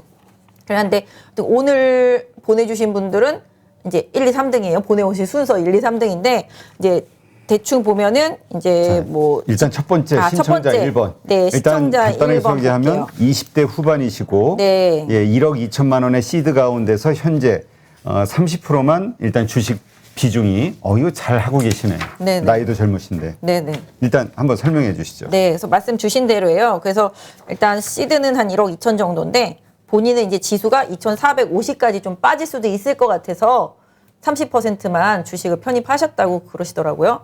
그래서 이제 앞으로 요거 종목에 대해서 어떻게 될지 그다음에 개인적으로 여기 내용 보시면 아시겠지만 LG생활건강을 좋아 보여서 많이 담으셨대요. 비중이 가장 크다. 네, 네, 맞아요. 한 30% 비중 중에서도 거의 한 절반 정도예요. 아, 네, 비중이. 그래서 현금은 이제 70인 거고 주식이 30%인데 그 30% 중에서도 LG생활건강이 절반인 거잖아요. 네, 이분 포트를 한번 띄워봐 주시면 네, 지금 화면에 잘 나가고 있겠죠? 네, 네, 보시면 아까 말씀드린 대로예요. 그래서 삼성전자가 74,700원인데 비중은 크지 않은 것 같아요. 한 15주 정도 있으시네요. 네이버가 31만 6천 원에 한 26주, 카카오가 61주 있으세요. 9만 1천 원에. LG생활건강이 17주인데 이것만 합쳐도 1,700 정도 되잖아요. 그러니까 비중이 좀 있는 편이고 그다음에 카카오게임즈가 7주 있고 하이브가 26만 5천 원에 한 3주 정도 있으세요. 그래서 일단은 보시면은 좀 20대 후반이시지만 공격적이지는 않고 안정적으로 좀 다소 담아 놓으셨죠. 그래도 성장주가 비중이 높은데 다. 그쵸. 하긴 LG 생활건강이 하나가 50%가 넘으니. 네, 맞아요. 그러니까 이게 지금 가장 큰 비중인 거잖아요. 그러니까 지금 이것도 리오프닝에서 본다라면은 이제 뭐 화장품 쪽 이런 쪽들로 생각하셔서 하신 것 같아요. 그다음에 카카오도 이제 뭐 워낙 낙폭이 컸었기 때문에 하셨고 네이버도 마찬가지, 삼성전자도 마찬가지. 그러니까 이분은 최근에 사셨어요 보니까, 그죠? 최근에 사셨고 오래되지는 않으셨어요 보니까. 매수한 가격대를 보면 카카오 게임즈 마찬가지고 하이브도 마찬가지고. 개인적으로는 지금 카카오 게임즈는 가지고 계시기를 추천을 드려요. 오늘 보니까 수급도 괜찮고 차트도 괜찮고 지금 시장이 성장주 쪽으로 살짝 방향을 틀었어요. 사실 미국의 패시브 펀드들이 가치주를 버리고 지금 성장주를 담고 있다, 이런 기사도 나왔었거든요. 그리고 아까 말씀드린 대로 미국에서 금리 인상 서두르지 않고 돈을 막 쪼이지 않는다라면은 다시 성장주가 어느 정도 반등할 수 있는 룸이 생겼잖아요. 그러니까 그 부분을 조금 활용하시는 전략이 좋겠죠. 그다음에 삼성전자가 조금 무겁긴 합니다만은 뭐 어떤 면에서 보면은 포트에서 안정감을 가지고서 배당을 계속 주니까 배당 스타일로 본다라면은 오히려 어떤 면에서 보면은 이쪽 비중을 조금씩 더 늘려보시는 것도. 왜냐하면 안정적인 배당이 들어오니까. 그럼 주가도 지금 많이 빠져 있고. 그러니까 지금 1억 2천 중에 30%니까 나머지 70% 현금이 있잖아요. 네. 그걸로 새로운 종목을 막 사는 것보다 지금 가운데서 삼성전자 비중 요거를 좀 높여나가자. 뭐 살살 제가 봤을 때는. 근데 새로운 종목도 전 넣는 것도 말씀을 드리는데, 지금 요것도 삼성전자는 제가 볼 때는 약간 공격적이 아니다라면은 이제 배당 투자를 하기 위해서 조금씩 비중을 업해보는 전략 좀 좋을 것 같고. 네이버도 좀 단기적으로 많이 빠졌잖아요. 근데 약간 방어주잖아요. 지금 플랫폼 주식이고 뭐 글로벌 정세랑 별로 상관이 없고 내수주니까. 요거는 지금 뭐 비중 조금 있으신데 뭐 아주 많지는 않는데 일단 그 정도 보유하시는 게 좋을 것 같고. 카카오 같은 경우도 지금 뭐 자사주 소각하고 기타 등등. 네이버랑 카카오는 사실은 같잖아요. 어떤 면에서 보면 둘 중에 하나만 선택하시는 게 좋을 거예요. 같은 섹터에 있는 거를 두 개를 동시에 살 필요까지는 없잖아요. 그쵸? 그래서 뭐 요걸 팔아서 네이버를 팔아서 카카오를 뭉치시던, 카카오를 팔아서 네이버를 뭉치시던, 여기는 좀 포트에서 좀 조절할 필요가 있다. 똑같은 종목. 어떤 분들은 그런 거에서 나는 포트폴리오를 이렇게 다 해놨는데 딱 봤더니 2차 전지주만 한 10개 있으신 분 있어요. 그럼 그게 이제 아니잖아요. 그게 포트폴리오 해놓은 게 아니잖아요. 그래서 지금 네이버하고 카카오는 같은 업종이고 섹터다 보니까 일정 부분 좀 가져가시되 같이 가져가시다가 어느 한쪽으로 조금 몰아가시는 전략? 요 부분. 제가 생각할 때는 가격적인 메리트로는 카카오가 좀 단기적으로 좋은데, 카카오는 한 10만 원에서 11만 원 사이에서 좀 막힐 가능성이 있고, 뭐 CEO는 뭐 몇 년, 2년인가 5년 안에 15만 원 다시 만든다고 그랬잖아요. 믿어야 되나 모르겠습니다만. 근데 이렇게 할 수도 있지 않나요? 그러니까 네이버나 카카오나 같은 성향, 같은 주식이라고 보는데 네. 각각의 그 이슈가 다르고 맞아요. 모멘텀이 좀 다르니 맞아요. 네이버를 선택하는 게 현재 시점에서 맞는지 카카오가 맞는지 헷갈리면 차라리 반반씩 담자. 그것도 좋은 방법이기는 했어요. 그래서 이거는 이제 본인의 선택 문제인데, 제가 봤을 때는 네이버 같은 경우는 뭐라 그럴까요? 자회사의 그런, 그러니까 뭐죠? 이커머스. 이 부분이 좋은 부분이고, 카카오 같은 부분은 최근에 자회사 상장 이슈 때문에 맨날 욕이란 욕은 다 먹었으니 올해 자회사 상장 안 할 것 같은 느낌적인 느낌? 주가도 많이 빠졌고, 그리고 요새 보면 카카오페이, 카카오 게임즈 흐름 좋거든요. 그래서 그런 부분들 고려해 보면은 뭐 카카오도 괜찮아요. 근데 비중만 놓고 보면은 둘이 합쳐도 잠깐만요. 엄청나게 많지는 않아요. 일단은 종목수가 많지는 않으니까 조금 아까도 말씀드린 대로 조금 가져가 보시다가 둘 중에 먼저 목표가에 도달하는 거를 정리하고 또 이제 그거에 맞춰서 좀 조절하시면 될 것 같고. 그다음에 카카오 게임즈 또 뭐 이게 성향상으로 놓고 보면 다 성장주잖아요. 그렇죠. 근데 카카오 게임즈도 그렇고 아까 펄어비스도 보니까 약간 게임주 흐름이 좋더라고요. 다른 게임주들도 다 급등하고 뭐 물론 오늘 넥슨 효과도 좀 있었긴 했었습니다만은 기본적으로 아까 말씀드린 성장주로서 게임이나 메타버스 이쪽에서 좀 자금 좀 들어오면서 확 올라온 느낌이 있었어요. 오늘 코스닥 시장에 외국인이랑 기관이 매수하고 개인만 팔았거든요. 코스닥. 그래서 일단 카카오 게임즈도 지금은 조금 들고 가보시는 전략. 보니까 다 그런 쪽이잖아요. 지금 하이브도 마찬가지가 되겠고, 철저하게 지금 방어주로 짜놓으신 거잖아요. 그죠? 철저하게 방어주로 짜놓으셨기 때문에 제가 생각할 때는 이 포트를 유지하시면서 뭔가 공격적인 종목들, 성향에 있는 종목들을 한두 개 정도 좀 끼워 넣으시는 거. 이 부분 좀 추천드려요. 왜냐하면 지금 하이브도 지금 상당히 좀 방어적인 종목이잖아요. 지금 뭐 주가도 괜찮고, 뭐 최근에 뭐 BTS 공연 문제도 있고. 그러니까 이 종목들 보면은 전쟁이 나거나 말거나 크게 타격이 받을 만한 종목은 삼성전자 하나뿐이잖아요. 근데 삼성전자를 공격적인 종목으로 선택하기에는 조금 다소 무게감이 있단 말이죠. 그렇다라면은 IT 쪽에서 좀 요번 사태가 좀 해결된 다음에 수혜를 볼 수 있는 아까 말씀드렸다시피 무슨 자율주행 관련 회사라든지 그다음에 뭐 카메라 섹터 사실 오늘 휴대폰들이 좀 별로 안 좋다가 오후에 올라오긴 했는데 휴대폰이 좀 올해 1월 달에 뭐 12월 달에 많이 팔렸으니까 1월 달에 또 거꾸로 이제 엽기저처럼 안 좋게 안 팔렸었거든요. 근데 일단 뭐 폴더블은 계속 뭐 삼성전자 독점하고 애플은 폴더블을 2025년까지는 내놓을 생각이 없고 그러다 보니 오늘 뭐 관련되는 카메라 관련해서 LG노텍도 많이 빠지고 뭐 이런 식으로 빠졌다가 나중에 올라오긴 했습니다. 그래서 제가 볼 때는 약간 카메라 섹터라든지 자율주행 섹터 같이 약간 공격적인 이런 성향의 IT 섹터 정도를 하나 정도, 두 개 정도 이렇게 넣어주시는 것도 괜찮을 것 같아요. 그래서 하이브 같은 경우는 일단은 좀 보유하고 전체적으로 그다음에 가장 고민인 게 이제 LG 생활건강이 많아서 담으셨다고 그랬으니까 요거는 한번 분석을 해봐 드릴게요. 뭐 많은 부분들이 고민되시는 분들이 많을 것 같아요. 요새 중소형 화장품 주식들은 엄청 올랐잖아요. 그렇죠. 뭐 색조랑 관련되어 있는 색조 쪽. 회사들. 네, 오늘 뭐 색조랑 관련되어 있는 회사 이름이 길어서 외우지는 못하겠는데 뭐 있어요. 아이 뭐 이런 시작하는 회사 있던데 그 회사도 급등을 하더라고요. 그리고 최근에 클리오도 워낙 많이 올랐고 그 다음에 미용 뷰티 섹터 쪽들 중에서 보시면 아시겠지만 레이저 쪽 루트로닉스도 많이 오르고 그 다음에 보톡스 쪽에서는 뭐 대웅제약, 메디톡스 이런 것들 조금 자리 잡아가고 최근에 파마 리서치 프로덕트 요거 리쥬란 힐러 뭐 해가지고 이렇게 집어넣는 거거든요. 그래서 그런 쪽들이 많이 좋아지고 있어요. 그러니까 마스크만 일단 벗으면 그동안 마스크로 가렸던 부분들을 진짜로 실제로 벗고 다녀야 되니까 그럼 좋아질 수 있는 기업들이 많이 좋은데 그래서 최근에는 좀 바닥을 치고 개인적으로는 좀 만약에 LG 생활 건강을 많이 사셨고 아이고 제가 한글을 잘못 치네요. LG 생활 건강 지금 보시면 매수 단가가 97만 5천 원이거든요. 네. 손실을 좀 보고 계세요. 그래서 97만 5천 원 손실을 좀 보고 계시는데 주가 자체는 지금 보시면 일단 좀 저점권에 있습니다. 제가 예전에도 아모레퍼시픽 말씀드리면서 LG생활건강은 조금 안 좋게 말씀을 드렸고 대형 화장품사들 같은 경우는 10년 넘게 시세가 크게 났어요. 그리고 아시다시피 기초 화장품 쪽들은 너무 경쟁 회사들이 많아요. 경쟁 기업들이 많기 때문에 몸집이 무거워질 수밖에 없습니다. 그래서 여기 고점 찍은 이후로 계속 하향하고 있고 지금 이격도가 지금 최대잖아요. 이격도가 최대이기 때문에 어느 순간 바닥은 나오겠습니다만은 개인적으로는 약간 조금 중소형 화장품 쪽으로 바꿔주시는 전략. 그래서 뭐 지금 손해 나셨으니까 뭐 손절하세요까지는 말씀 못 드리겠지만 올라오면 조금 100만 원 언저리까지는 올라올 가능성이 있거든요. 그랬으면 조금 파셨으면 좋겠어요.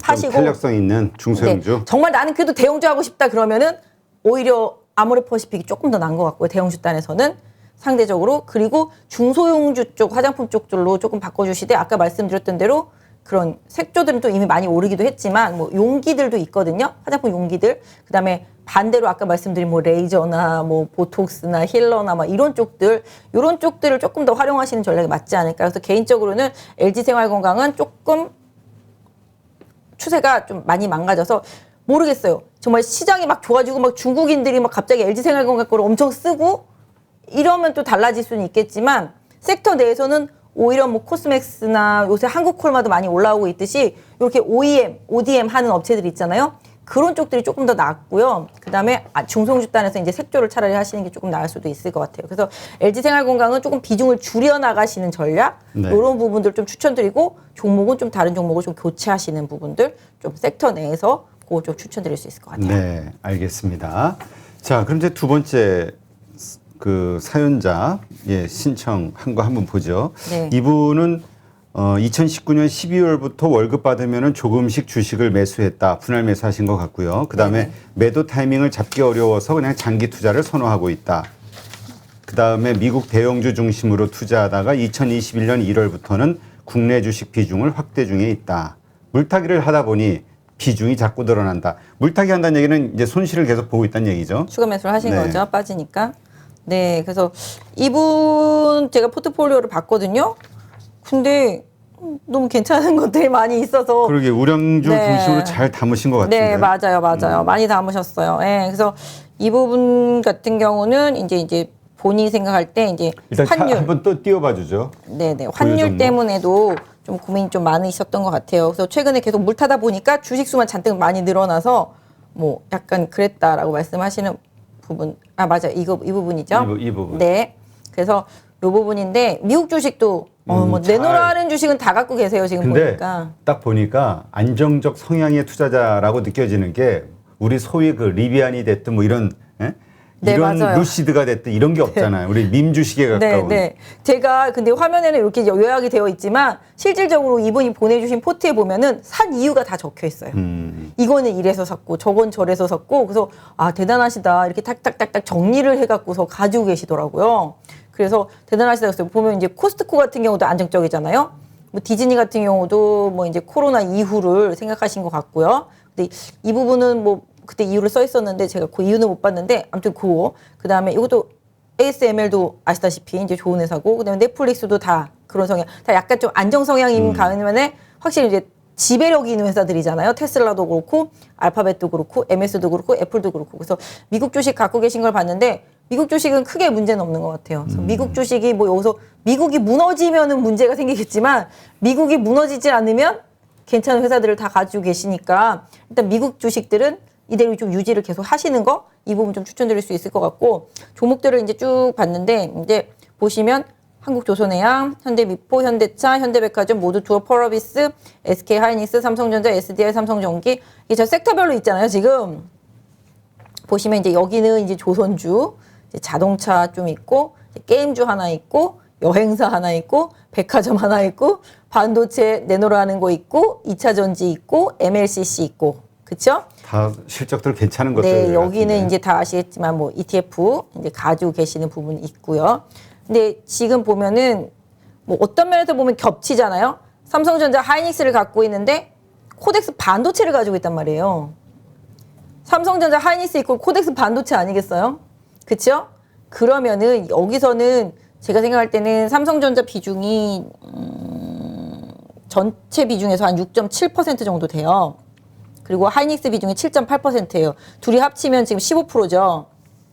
그다음에 코덱스 반도체는 1.6, 그러니까 16% 정도 됩니다. 제가 생각할 때는 코덱스 반도체는 이분 포트 입장에서는 의미가 없는 수치.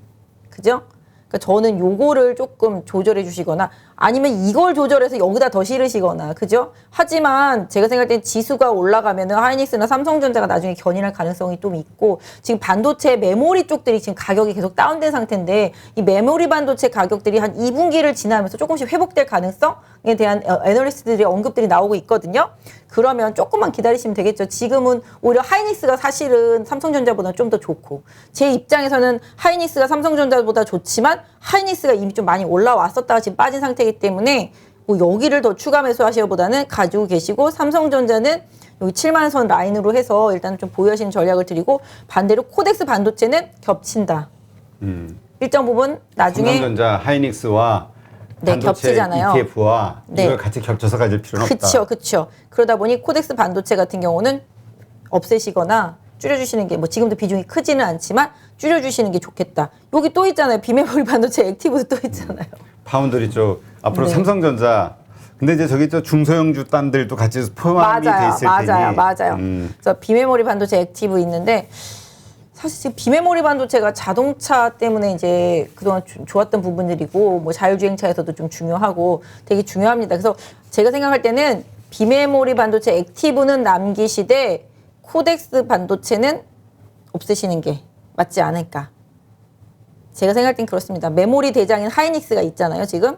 그리고 삼성전자도 뭐 비메모리, 메모리 다 하고 있고 그래서 약간 여기서 좀 조절을 해주시는 게 좀 좋을 것 같아요. 그리고 그래서 그렇게 해서 좀 조절을 해주시고 삼성전기나 SDI도 지금 완전히 정말 요새 애들 말도 죽쓰고 있거든요, 지금 완전히. 근데 삼성전기도 좋다 해도 지금 못 가. 그다음에 SDI도 2차 전지에서 괜찮다 하는데 못 가잖아요. 근데 사실 이 종목들이 다 피해를 본 가장 큰 핵심 LG 에너지 솔루션 들어오면서 피해를 봤단 말이죠. 근데 LG 에너지 솔루션이 3월 11일 날 코스피 200에 편입이 된단 말이에요. 그리고 나면 조금 숨통이 트일 수 있을 것 같기는 해요. 대신에 삼성전기나 SDI도 다 좋은 기업들입니다. 그래서 비중으로 봤을 때 SDI가 한 6.5% 정도 되고 삼성전기가 한 4.3% 정도 되더라고요, 비중이.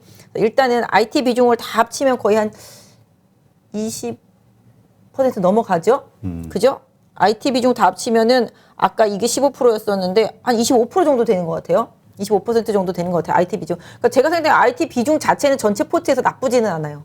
나쁘지는 않은데 일단 안정 성향으로 대형주 위주로 포트를 짜놓다 보니까 이번 장에서 올라오지도 못하고 약간 좀 피를 많이 봤죠. 사실 반도체에서 가장 좋게 움직인 건 기판 섹터였었거든요. 뭐 심텍이니 대덕전자니 코리아 서킷이니 이런 기판 섹터들이었었잖아요. 그런데 반해서 지금 삼성전자나 하이닉스는 지수 때문에 묶여있고 SDI도 역시 에너지 솔루션 들어오면서 또 이렇게 됐고 삼성전기도 중대형주다 보니까 역시 지수 때문에 묶여있는 상태잖아요. 지금은 조금 피해를 봤지만 아까 말씀드렸던 대로 3월 한 11일 이후 조금씩 풀릴 수도 있다. 그리고 아까 말씀드렸던 대로 러시아 문제가 해결되면 다 해결될 종목들이에요. 일정 부분. 그리고 일단 금리 인상의 속도감 이런 부분들이 좀 제어된다라면은 역시 여기 요 줄에 있는 하이닉스, 삼성전자, SDI, 삼성전기는 서서히 조금 회복이 될 수 있다. 그래서 일단은 전체 포트에서 IT 비중이 25% 정도면 괜찮거든요. 그래서 조금 가져가 보시고 지금 상태에서는 굳이 잘라낼 필요가 없다라고 말씀드릴 수 있을 것 같아요. 그래서 아까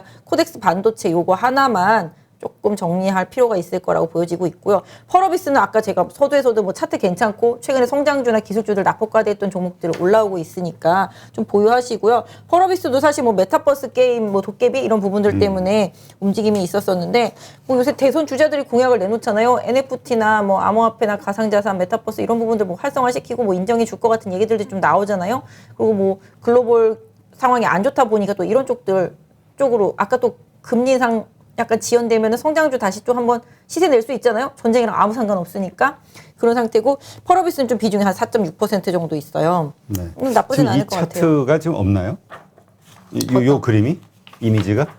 아, 네. 그거가 지금 안 들어와 있어요. 이런 거 하나 있으면 각각 비중이 몇 프로 정도 되는지 네. 이런 거 있으면 다른 분들이 보면서도 좀 도움이 될 것 같아요. 어떻게 이게 보유를 하는지. 네. 제가 나중에는 근데 그쵸? 어쨌든 이분은 정말 관리를 잘하고 매입 계세요. 금액이 1억 2,624만 9,829원인데 그렇죠? 근데 네. 지금 평가 금액이 1억 2,662만 2천. 그러니까 약간 손실분 정도.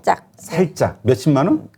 살짝 손해 본 것 같아요. 그치 한 40만 원 정도 손실 보신 거네요. 네. 포트를 잘 짜놓으셨어요. 1억 2천 투자해서. 네.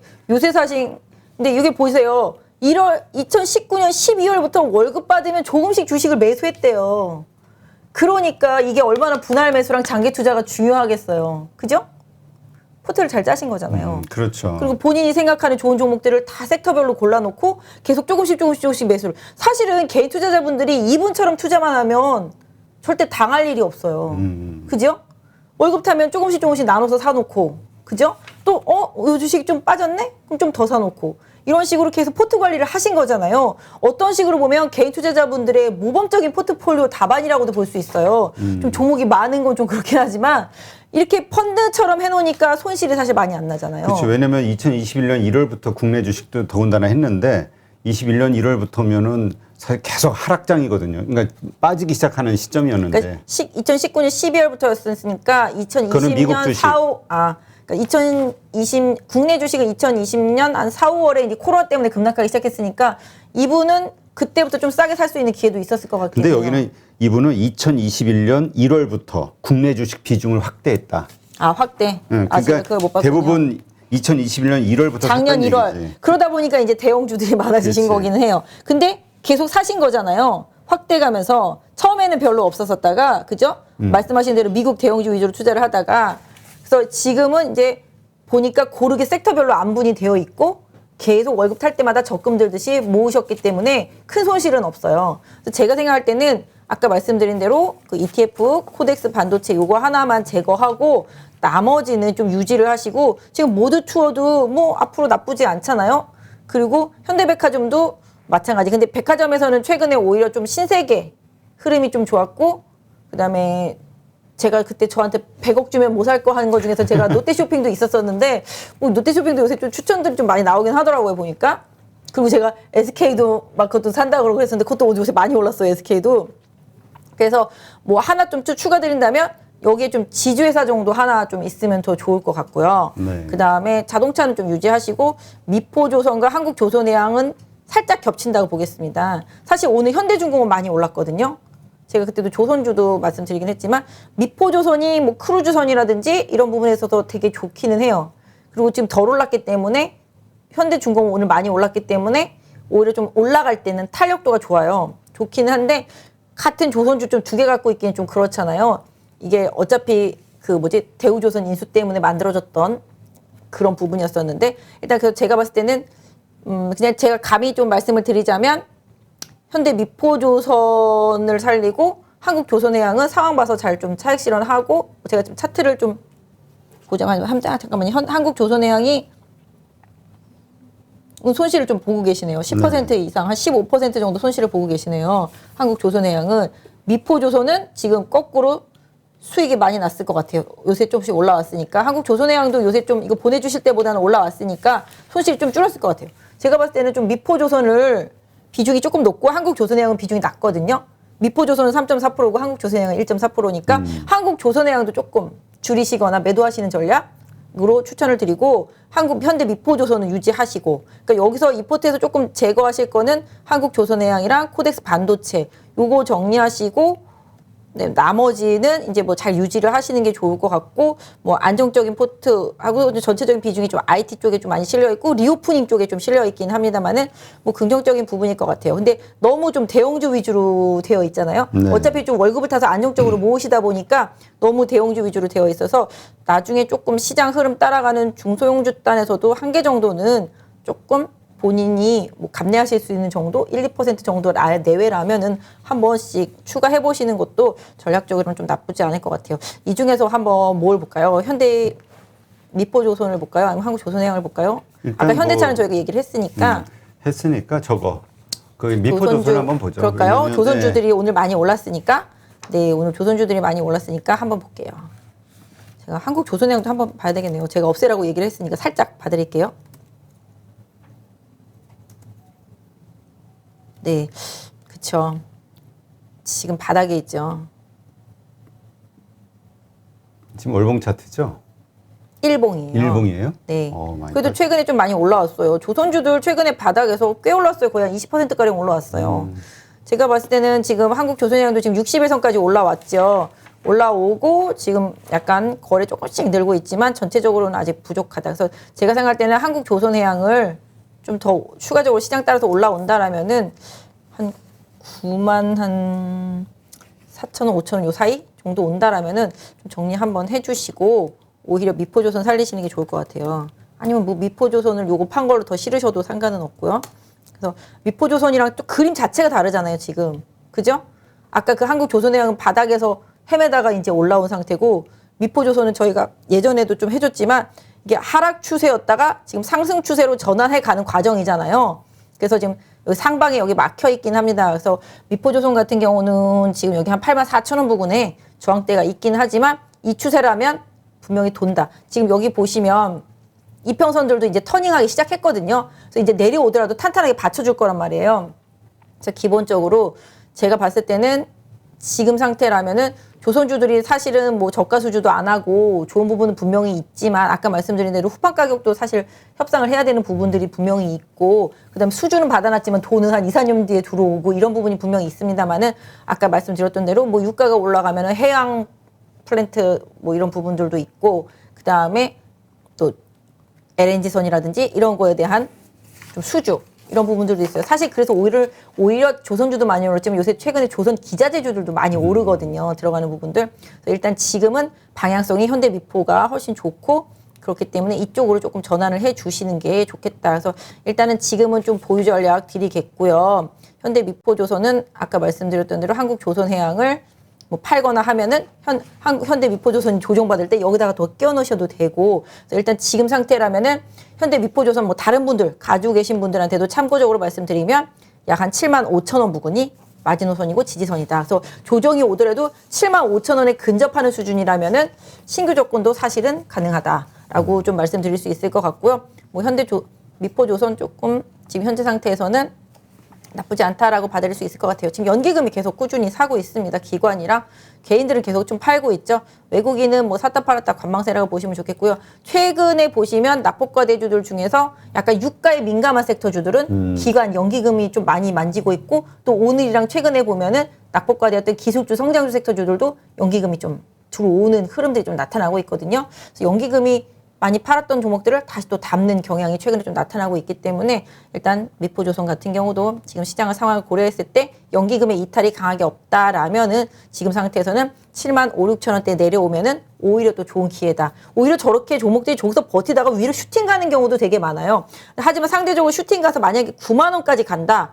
단기로는 조금 매도했다가 다시 재매수하는 거를 추천을 드립니다. 네. 장기적으로 안 보신다라면은 일단은 9만 원 부근 가면은 직전 매물 나올 수 있기 때문에 9만 원 언저리에서 오히려 조정보다 더 빠른 슈팅이 먼저 나오면 다른 보유하신 분들도 9만 원 부근에서는 저항대 염두에 둔 단기 차익 실현, 그다음에 이제 조정이 왔을 때 다시 재매수하시는 전략. 포트를 계속 끌고 가는 것도 중요하지만 조금씩 비중을 조절했다 넣었다 하는 부분들도 사실 중요해요. 장기로 꾸려가시는 분들한테 마냥 사고 마냥 가져갈 수만은 없잖아요. 그렇기 때문에 장기 포트로 가져가시고 월급을 뭐 쪼개서 따박따박 사시는 거 좋지만 올라가면 일정 부분 비중 줄였다가 다시 그 종목 내려오면 다시 그 비중만큼 다시 채워놓고 이러면서 포트를 만들어 가시는 전략이 중요할 것 같습니다. 네, 알겠습니다. 자, 마지막 세 번째 신청자분. 포트폴리오를 조정해야 될까? 지금 이분은 이제 딱 세 종목 보유하시네요. LG전자, DB하이텍, MC넥스. 네, 맞아요. 한번 봐주시죠. 네. 아, 이분 포트는 뭐 간단하신데요.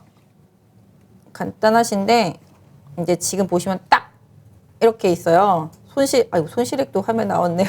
괜히 누군지는 안 밝혔으니까 다행이긴 합니다만은 일단 이분도 이제 저희 방송 열심히 보신대요. 머니톡 애청자라고 써주셨는데 그거는 여기 안 썼는데 아무튼 열심히 보신대요. 그래서 지금 보시면 이분의 문제점은 뭘까요? 대표님이 보시기에. 지금 반도체 쪽에 너무 몰려 있는 것 같은데요. 전부 IT만 갖고 있죠. 그렇죠?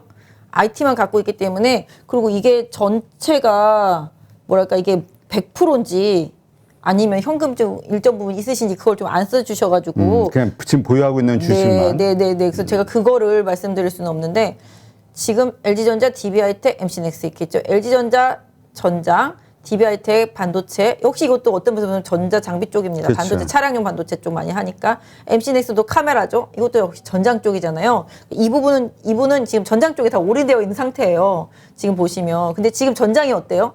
차가 안 팔리니까 지금 잘 안 되잖아요. DB하이텍 같은 경우는 올해 엄청나게 수주 많이 했어요.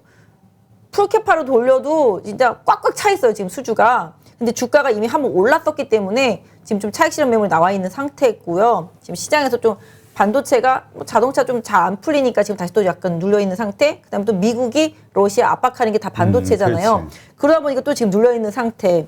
MC넥스도 지금 이제 카메라 쪽이잖아요.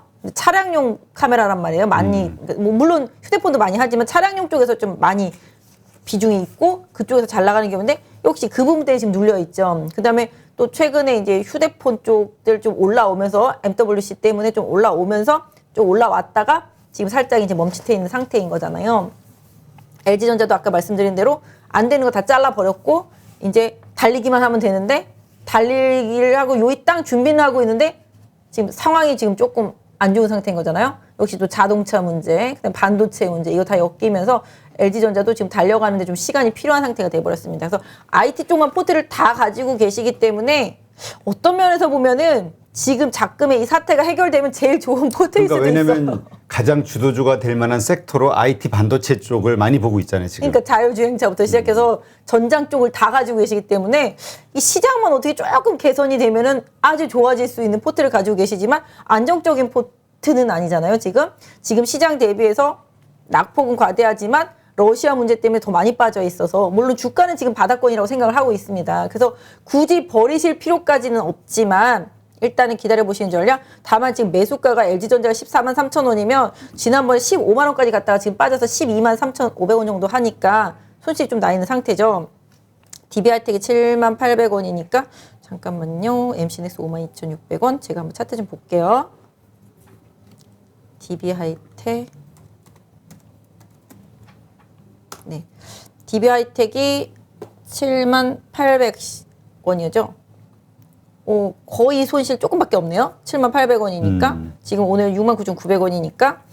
일단 DB 하이텍은 뭐 보유하신 분들도 많고 관심 갖고 있는 분들도 많으니까 조금 봐드리면 여기서 좀 지지가 잘 되고 있는 상태입니다. 그래서 67,500원? 예, 요 정도 지지선으로 해서 안 깨면 보유하시는 전략 드리고 싶어요. 그래서 DB 하이텍은 한 67,000원 정도 지지선으로 놓고 좀 보유하시고, 다만 이제 60일선이 하향하다가 이제 약간 우상향으로 가려면 주가가 빨리 움직여줘야 되는데 지금 이제 빠지려다가 플랫해지고 있는 상태거든요. 올라와 버리는 바람에. 대신 이제 21선이 가파르게 꺾였잖아요. 그 21선이 이게 가파르게 꺾인 걸 좀 돌리려면은 주가가 조금씩 여기서 지지받고 우상향 조절하면 돌릴 수가 있고요. 지금 상태를 본다라면 수급 보세요. 기금이 계속 팔잖아요.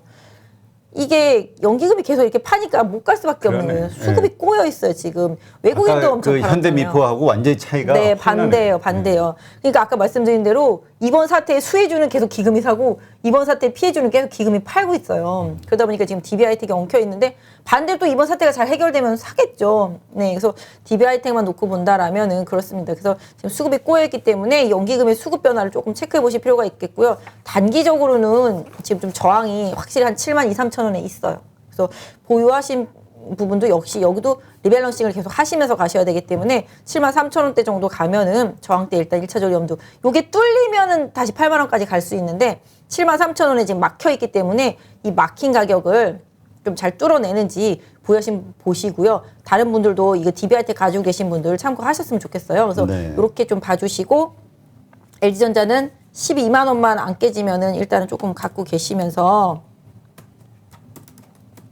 이거. 이 부분은 저도 되게 좋게 봤던 종목이라서 좀 봐드리고 싶은데, 그냥 12만 원만 안 깨지면 일단 LG전자는 좀 유지하시는 전략 좀 드리겠고요. 하여튼 다 러시아 문제, 뭐 지금 작금의 문제 다 피해주들만 가지고 계셔서 조금 아쉽기는 한데요. 지금 상황으로 봤을 때는, 아이고야, 이게 왜 이렇게 됐지? 잠깐만요. 수급. 네. 연기금이 뭐 크게 팔지도 않지만 최근에 좀 사다가 다시 팔다가, 지금 외국인은 또 팔다가 사다가 하고 있잖아요. 그래서 지금은 큰 수급은 없는 상태예요. 근데 역시 LG전자도 뭐 약간 러시아 문제가 좀 풀려야지만 가능한 상태이기 때문에 12만 원 정도 하단으로 두시고요. 상방으로는 매수가 부근이 아마 저항대가 나오기 시작할 거예요. 14만 원 부근에서. 네, 그 부분 살짝 좀 염두에 두시고, 만약에 이 14만 원을 뚫으려면은 아마 뭐 자율차나 애플카 이슈라든지 뭐 이런 전장용 그런 이슈가 나오면서 뚫을 가능성이 높기 때문에 그 부분을 조금 봐주셨으면 좋겠고, MC넥스가 좀 개별주니까. 근데 이게 워낙 좀 개인 투자자분들이 MC넥스 선호하시는 분들도 많아서 최근에 보면 이제 사실 MC넥스도 이렇게 보면은 싼 고점이 나온 거잖아요. 그렇죠. 뭐 물론 여기 정도를 좀 저점으로 볼 수도 있을 것 같긴 한데, 최근에 지금 수급만 놓고 보면은 그렇고, 이제 지금 보시면 아시겠지만 역시 기관이 안 받아주면 중소기업은 잘 못 가요. 그래서 수신권이랑 연기금이 팔았는데 외국인이 좀 사기는 했습니다. 그래서 지금 상태로만 놓고 보면 매수가가 52,700원 정도 되니까 한 손실을 한 10 몇 프로 보셨네요. 52,700원이니까 7,000원 정도니까 한 15% 정도 손실 나 있는 상태죠. 제가 봤을 때는 MC넥스 역시 매수가 부근이 좀 최대 저항일 것 같아요. 지금 보시면 60일선이 한 51,000원대에 위치하고 있습니다. 네. 그래서 요 가격대 가시면 한번 팔아줬다가 다시 사시는 전략. 역시 MC넥스도 마찬가지예요.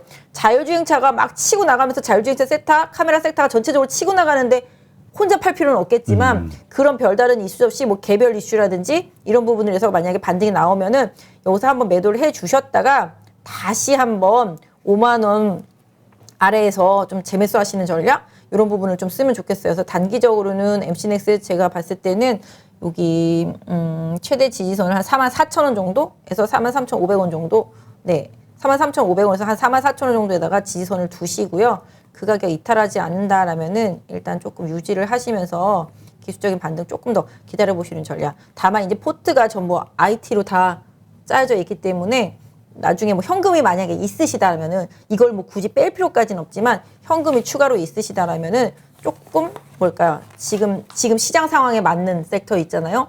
그런 부분들을 조금 이동해 매수해 보시는 전략. 그러니까 뭐 러시아나 뭐 그런 사태에 전혀 해당 사항이 없는 전략. 개인적으로는 요번 사건 이후에는 금융주 많이 빠지면 금융주도 한번 관심 갖고 보시는 게 괜찮을 것 같아요. 어차피 금리는 올라가게 돼 단기 있어요. 낙폭하면 어차피 금리는 올라가게 돼 있는데 시간만 지연되는 그치. 거니까 장기적인 포트에서는 금융 섹터주들 요번에 급락한 걸 조금 활용해 보시는 것도 괜찮을 것 같고 아까 말씀드렸던 그 기술주 성장주 섹터 내에서 뭐 메타버스라든지 게임주 섹터 이런 것도 좀 단기적인 트레이딩 이런 관점에서도 한번 좀 보실 수 있지 않을까 싶어요. 네, 알겠습니다. 하여튼 요 신청하신 세 분은 물론이고 이분들의 케이스를 통해서 다른 분들도 자신의 그럼요. 그 포트폴리오를 한번 좀 점검하시는 계기가 됐으면 좋겠고요. 다시 한번 좀 띄워주세요. 요 박진희 부장님 메일 주소 이쪽으로 포트폴리오 그다음에 뭡니까? 상담하고 싶은 종목. 네네네. 예, 있으면은 매수가 좀 적어주시면 좀 도움이 되고요. 비중 조금 조절하시면 뭐 비중. 자세하게 안 쓰셔도 되는데 종목이랑 매수가랑 비중 요거까지 뭐 금액을 뭐 왜냐면 얼마치 샀는지는 안 쓰셔도 되는데 비중을 그 계산하려면 힘들어. 시간이 많이 네, 걸리고. 맞아요. 예. 그래서 금액은 안 쓰셔도 되는데 전체가 뭐 현금 70%, 뭐 주식 30%, 뭐 그 중에서 뭐 이 종목이 뭐 비중이 얼마큼씩 이렇게 써주시면 좋을 것 같고 나는 뭐 포트가 아니어도 내가 갖고 있는 종목 중에서 뭐 이 종목이랑 요 종목 요거는 한번 꼭 상담받고 싶다. 이런 종목 있으시면 보내주셔도 상관이 없어요. 왜냐면 저희가 뭐 낮에 할 때 뭐 이게 관심 종목 올랐던 것 중에서 이제 뭐죠? 그때 종목 상담 올랐던 것 중에서 항상 좀 덜한 것들 제가 저녁에 봐드리다 보니까 또 그분들만 또 그렇게 올리시는 분들이 있으니까 다른 시청자분들 중에서 아까 말씀드린 대로 굳이 포트가 아니어도 포트 안에 있는 좀 애물단지 같은 주식이 있으시면은 관심 상담 신청하시면은 제가 도와드리도록 할게요. 네, 알겠습니다. 오늘도 좋은 인사이트 고맙습니다. 박진희 부장님. 네, 감사합니다. 네. 왜 웃으세요? 네? 아니. 우리는 역시 60분 안에 못 끝내는구나. 이 우리는 안 생각을 돼. 해가지고. 우리는 안 돼. 자, 지금 유럽 증시가 어쨌건 지금 현재 시점, 지금 저희가 촬영하는 지금 7시 20분 시점에서는 이제 잘 올라가고 있고 나스닥 선물도 네. 괜찮아서 조금 기대가 되는데. 아, 빨리 전쟁이 끝났으면 좋겠어요. 거기 민간인들 사상자들도 너무 많고. 그러게요. 아이들 희생당하고 이러는 거 네. 보면은 너무 좀 안타까운데. 진짜 전쟁은 없어져야 됩니다, 진짜. 네. 자, 하여튼 방송 보시는 분들 편안하게 주무시고요. 아까 우리 방송 시작할 때 말씀 나눴지만 건강이 최고. 일단 건강의 첫 번째는 잘 자야 된다고 하더라고. 잘 먹고. 좀 이거 보시면서 건강에 좋은 음식점 좀 밑에 써주세요. 역류성 식도염. 저 만성 위염에 역류성 식도염이에요. 뭐 어디 서한 데가 없더라고요. 눈도 잘 안 보이고 그러게. 건강 검진한 거 보니까. 이거 우리가 사천선. 그래서 본인이 말씀하신 대로 왜 그 말씀을 갑자기 하셨는지 모르겠는데. 아니 그 채팅방에서 갑자기 그런 얘기가 나와가지고 그날. 하여튼 뭐 공약을 본인이 스스로 하셨기 때문에. 아니 농담으로 막 그랬어. 그때 전에 원래 여기지. 삼천 가면 드레스 입고 나온다 그랬었는데. 사천에 그래서 갑자기 비키니. 사천 가면 센 거 걸으라고 그래가지고 채팅방에 있는 분들이 그래서 내가 그럼 비키니 할까 막 이렇게 된 거였었어요 그게. 그러니까 어쨌건 이제 끝냈으니까 낙장 불입. 드레스까지만 합시다. 아니야. 4천까지. 그때까지 건강을 잘 유지하셔야 되니, 네, 하여튼 건강 관리 우리 박 부장님도 좀 잘 하시고요. 네, 투자의 기본은 건강한 체력과 정신. 네, 방송 보시는 분들도 건강 정말 신경 많이 쓰시기 바랍니다. 네, 오늘 하루도 즐거운 하루가 되셨기를 기대하면서. 그래도 수요일 날은 맨날 주식가 오르는 것 같아. 그거 스스로 막 자랑스러워해. 우리 양봉 하창봉 선생 나오면 빠지고 이거. 그래요? 그분 음봉으로 이름 바꾸시라. 내가 그래서 그랬거든. 성을 바꾸라고 상시로. 네. 네, 오늘 하루도 고생 많으셨습니다. 김종수 저자님 2021년도에 13억이라고 어떻게 그렇게 벌 수 있었을까요? 저도 단타나 초단타, 장기 투자도 다 해봤는데 제 성향상 세 부분은 다 실패했었고요. 주식 투자는 이게 평생 할 수 있는 직업입니다. 주식 투자를 그렇게 오래 하려면 무엇보다도 다른 사람한테 종목 이런 거를 의뢰하거나 추천받아서 하면은 오랫동안 할 수가 없습니다. 스스로 혼자 할 수 있는 그런 능력을 배워야 됩니다. 그래서 누구나 1시간 안에 200개 종목에서 좋은 종목을 고를 수 있는 그런 능력을 배양할 수 있도록 제가 도와드리려고 그렇게 하고 있습니다. 네, 이번에 8.15 머니톡에서 8.15 캠퍼스라는 교육 프로그램을 준비했습니다. 이제까지 방송을 하면서 느낀 게 너무 투자에 대해서 잘 모르면서 시작하시는 분들, 그리고 준비가 되지 않으신 분들, 그럼에도 불구하고 큰 돈으로 실전에 들어가서 돈을 잃는 분들이 너무 많다는 것을 알게 됐습니다. 이러한 분들 다시 한번 체계적으로 주식에 대해서 투자에 대해서 공부하고 지금까지는 돈을 잃었더라도 앞으로는 자신만의 어떤 투자 원칙을 세우고 돈을 벌 수 있는 그러한 계기를 만들고 싶어서 8.15 캠퍼스를 준비했습니다. 한국 주식시장에 맞는 투자법과 관련해서 단기 매매 혹은 초단타, 장기 투자 혹은 스윙 여러 가지의 방식들이 있는데요. 어떤 것이 옳다 그르다 판단하기는 좀 어려울 것 같습니다. 결국은 그 투자를 하는 사람의 성향이 어떤지 그리고 그 자금의 성격이 어떤지에 따라서 가장 본인에게 적합한 투자 방식을 찾는 게 필요하지 않을까. 그러기 위해서는 먼저 이러한 다양한 투자법들에 대해서 알아야지만 나에게 맞는 투자법이 무엇인지를 판단할 수 있지 않을까 생각을 합니다. 이론적이 아닌 실제 투자에서 큰 수익을 내신 분들, 자신만의 어떤 기법 혹은 투자 노하우를 가지신 분들을 첫 번째 대상으로 삼았습니다. 물론 그분들이 가지고 있는 투자 방식은 장기 투자일 수도 있고 스윙일 수도 있고 단기 매매일 수도 있는데요. 각 분야에 정말 특화된 어떤 실적을 가지신 찐 투자자, 찐 고수라고 볼 수 있는 분들, 이러한 분들을 선택했습니다. 그리고 전체적인 주식시장에 대한 이해, 그리고 투자자들의 심리, 특히 한국 주식시장의 데이터들을 훤히 알고 있는 거시적 관점으로도 시장을 바라볼 수 있는 애널리스트, 이코노미스트들도 8.15 캠퍼스와 함께 합니다. 이번 8.15 캠퍼스에서 첫 번째로 준비한 교육 프로그램은 2021년 시장 정말 힘들었습니다. 많은 분들이 공감하실 텐데요. 그 시장에서도 매달 1억 이상의 수익을 올리신 13억 이상의 수익을 낸 찐 고수시죠. 단기 매매로 그러한 수익을 내신 분입니다. 이분의 특징은 자신만의 원칙으로 종목을 발굴하는 기법을 가지고 계시다는 거죠. 이분의 교육은 단기 매매를 통해서 수익을 내고자 하시는 분, 그리고 현재 그렇게 투자를 하고 있지만 손해를 보고 있으신 분들, 이런 분들이 자신만의 단기 매매 투자 원칙을 확립하는 데 큰 도움이 되지 않을까 생각합니다. 네, 요즘 우리 김정수 저자님 인기가 아주 커지고 있는데요. 네. 댓글 보니까 깡통 형님으로 불리시더라고요. 예. 어떻게 인기 체감하고 있으신가요? 아, 예. 저도 뭐 댓글도 보고 전화도 여러 번 많이 받았습니다만은 제 책을 그 10번 이상 읽었고 유튜브를 뭐 몇 번씩 보셨다는 분들도 계셔가지고 무려 그 200만 횟수가 넘어갔고 오늘자로 보니까 230만 횟수를 돌파했습니다. 그리고 제가 다니는 헬스장까지 찾아오셔가지고 자기를 제자로 받아달라 뭐 이러신 분까지 계셔가지고 예, 한편으로는 당황스러웠고 한편으로는 고마웠습니다. 네.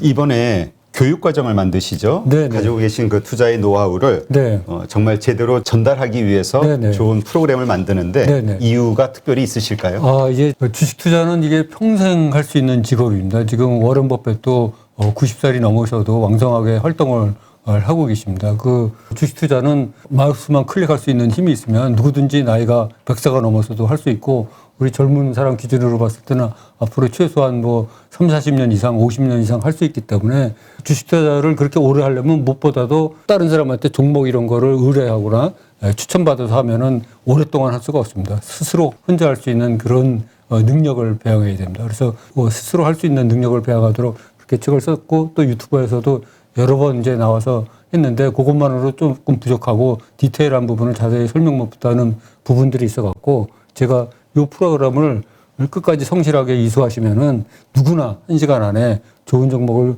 고를 수가 있고 또 나만의 필살기를 갖추어가지고 평생 그 낚시를 즐기면서 할 수 있는 그런 바탕을 마련해 주고자 하고 있습니다. 그래서 깡통을 무려 12번이나 쳤지만 13번째 성공하고 14년대 무려 13억 이상의 돈을 번 제가 확신을 가지고 여러분을 도와드릴 테니까는 여러분도 저를 믿고 같이 따라와 주시면 좋은 결과가 있을 것으로 이렇게 생각이 됩니다. 이 교육 과정을 통해서 그 교육 과정을 수료하는 분들에게 꼭 이거 하나만큼은 꼭 가르쳐 주고 싶다, 도움을 주고 싶다 하는 게 있다면 뭐가 있을까요? 아, 그럼 물론 이제 제가 하루에 200개 종목을 12분의 1차로 이렇게 고를 수 있다고 여러 번 말씀드렸는데 이 프로그램을 이제 성실하게 잘 이수하고 공부하신 분들은 누구나 1시간 안에 200개 종목에서 좋은 종목을 고를 수 있는 그런 능력을 배양할 수 있도록 그렇게 프로그램을 짜고 제가 도와드리려고 그렇게 하고 있습니다. 한국 주식시장에서 장기 투자로 돈을 벌기는 쉽지 않다 이런 얘기 하시는 분도 있고요. 네네. 또 단기 투자 혹은 네. 단타를 통해서 돈을 벌기는 더더욱 쉽지 않다 네네. 이렇게 생각하시는 분들도 있거든요. 네네. 그런데 우리 김종수 저자님은 단기 매매를 통해서 네네. 수익을 내신 거잖아요. 네네, 13억을 그렇습니다. 보신 건데 네네. 그 단기 매매의 그 기간, 그러니까 네. 어떤 주식을 샀을 때 언제 파시는지. 네네.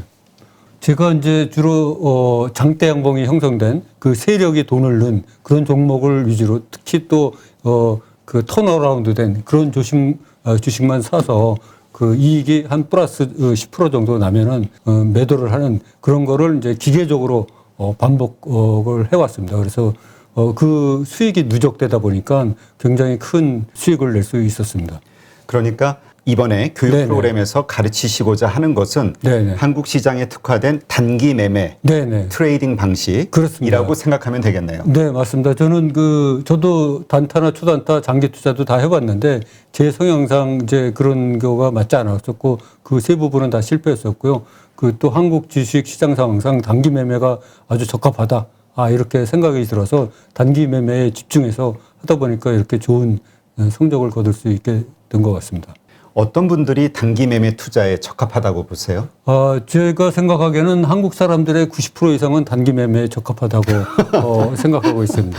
왜요? 왜냐하면 한국 사람들의 그 성격이 그 빨리빨리 문화에 자리 잡고 있는데 이 단기 매매는 비교적 단타나 초단타보다는 느리지만 며칠 만에도 승부를 볼 수가 있고 평균 보유 기간이 장이 좋을 때는 뭐 1개월에서 2개월밖에 안 되고 또 뭐 장이 이렇게 요새 같이 안 좋을 때는 뭐 3개월에서 6개월 이렇게 자꾸 할 수 있기 때문에 한국 사람 성향하고 딱 맞는 거로 이렇게 생각이 됩니다. 자, 그럼 이번에 8.15 캠퍼스에서 어떠한 방식으로 그 단기 매매로 돈을 벌고자 하는 분들에게 네네. 그 노하우를 전수해 주실 건가요? 그 절대 사지 말아야 될 종목 12가지 유형이 있습니다. 그거는 제가 5만 건 이상을 거래하면서 제가 물렸던 거를 전부 분석을 해보니까 그 12가지 유형이 나오더라고요.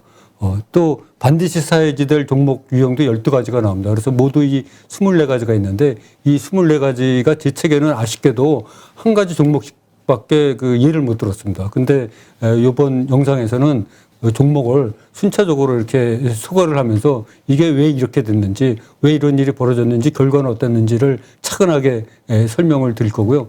또 제 책에서 아쉬웠던 부분이 그 200개 종목을 한 개에서 5개 정도 좋은 종목으로 추리는 과정을 거의 축약적으로 설명을 했기 때문에 실제로 그 일반 분들이 책만 보고 쫓아오기는 굉장히 힘듭니다. 그래서 그 200개 종목을 일일이 하면서 이 종목은 왜 선택이 되고 이 종목은 왜 선택이 안 됐는지 그런 거 원인과 그런 거를 자세하게 설명드리면은 몇 번씩 보시다 보면은 스스로 그런 능력이 되지 않을까 이렇게 생각을 합니다.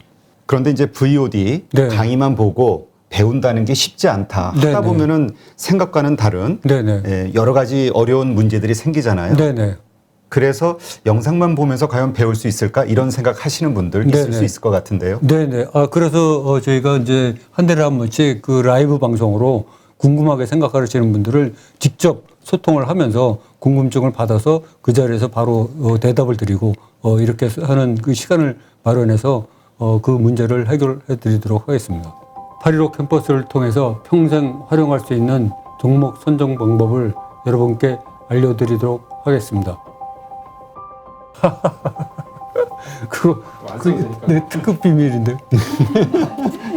내가 이 공개 방송이라 갖고 수익률을 제대로 얘기를 못 하는데 이제 유튜브에 나와서도 그래서 내가 뭐 한 20% 30% 이상 그렇다 하는데 사실 내가 며칠 전에 계산해 보니까 작년에 이제 그 수익률을 따져보니까 한 70% 이상 벌었더라고요. 그러니까 작년 상반기는 사실 수익률이 100% 이상이었어.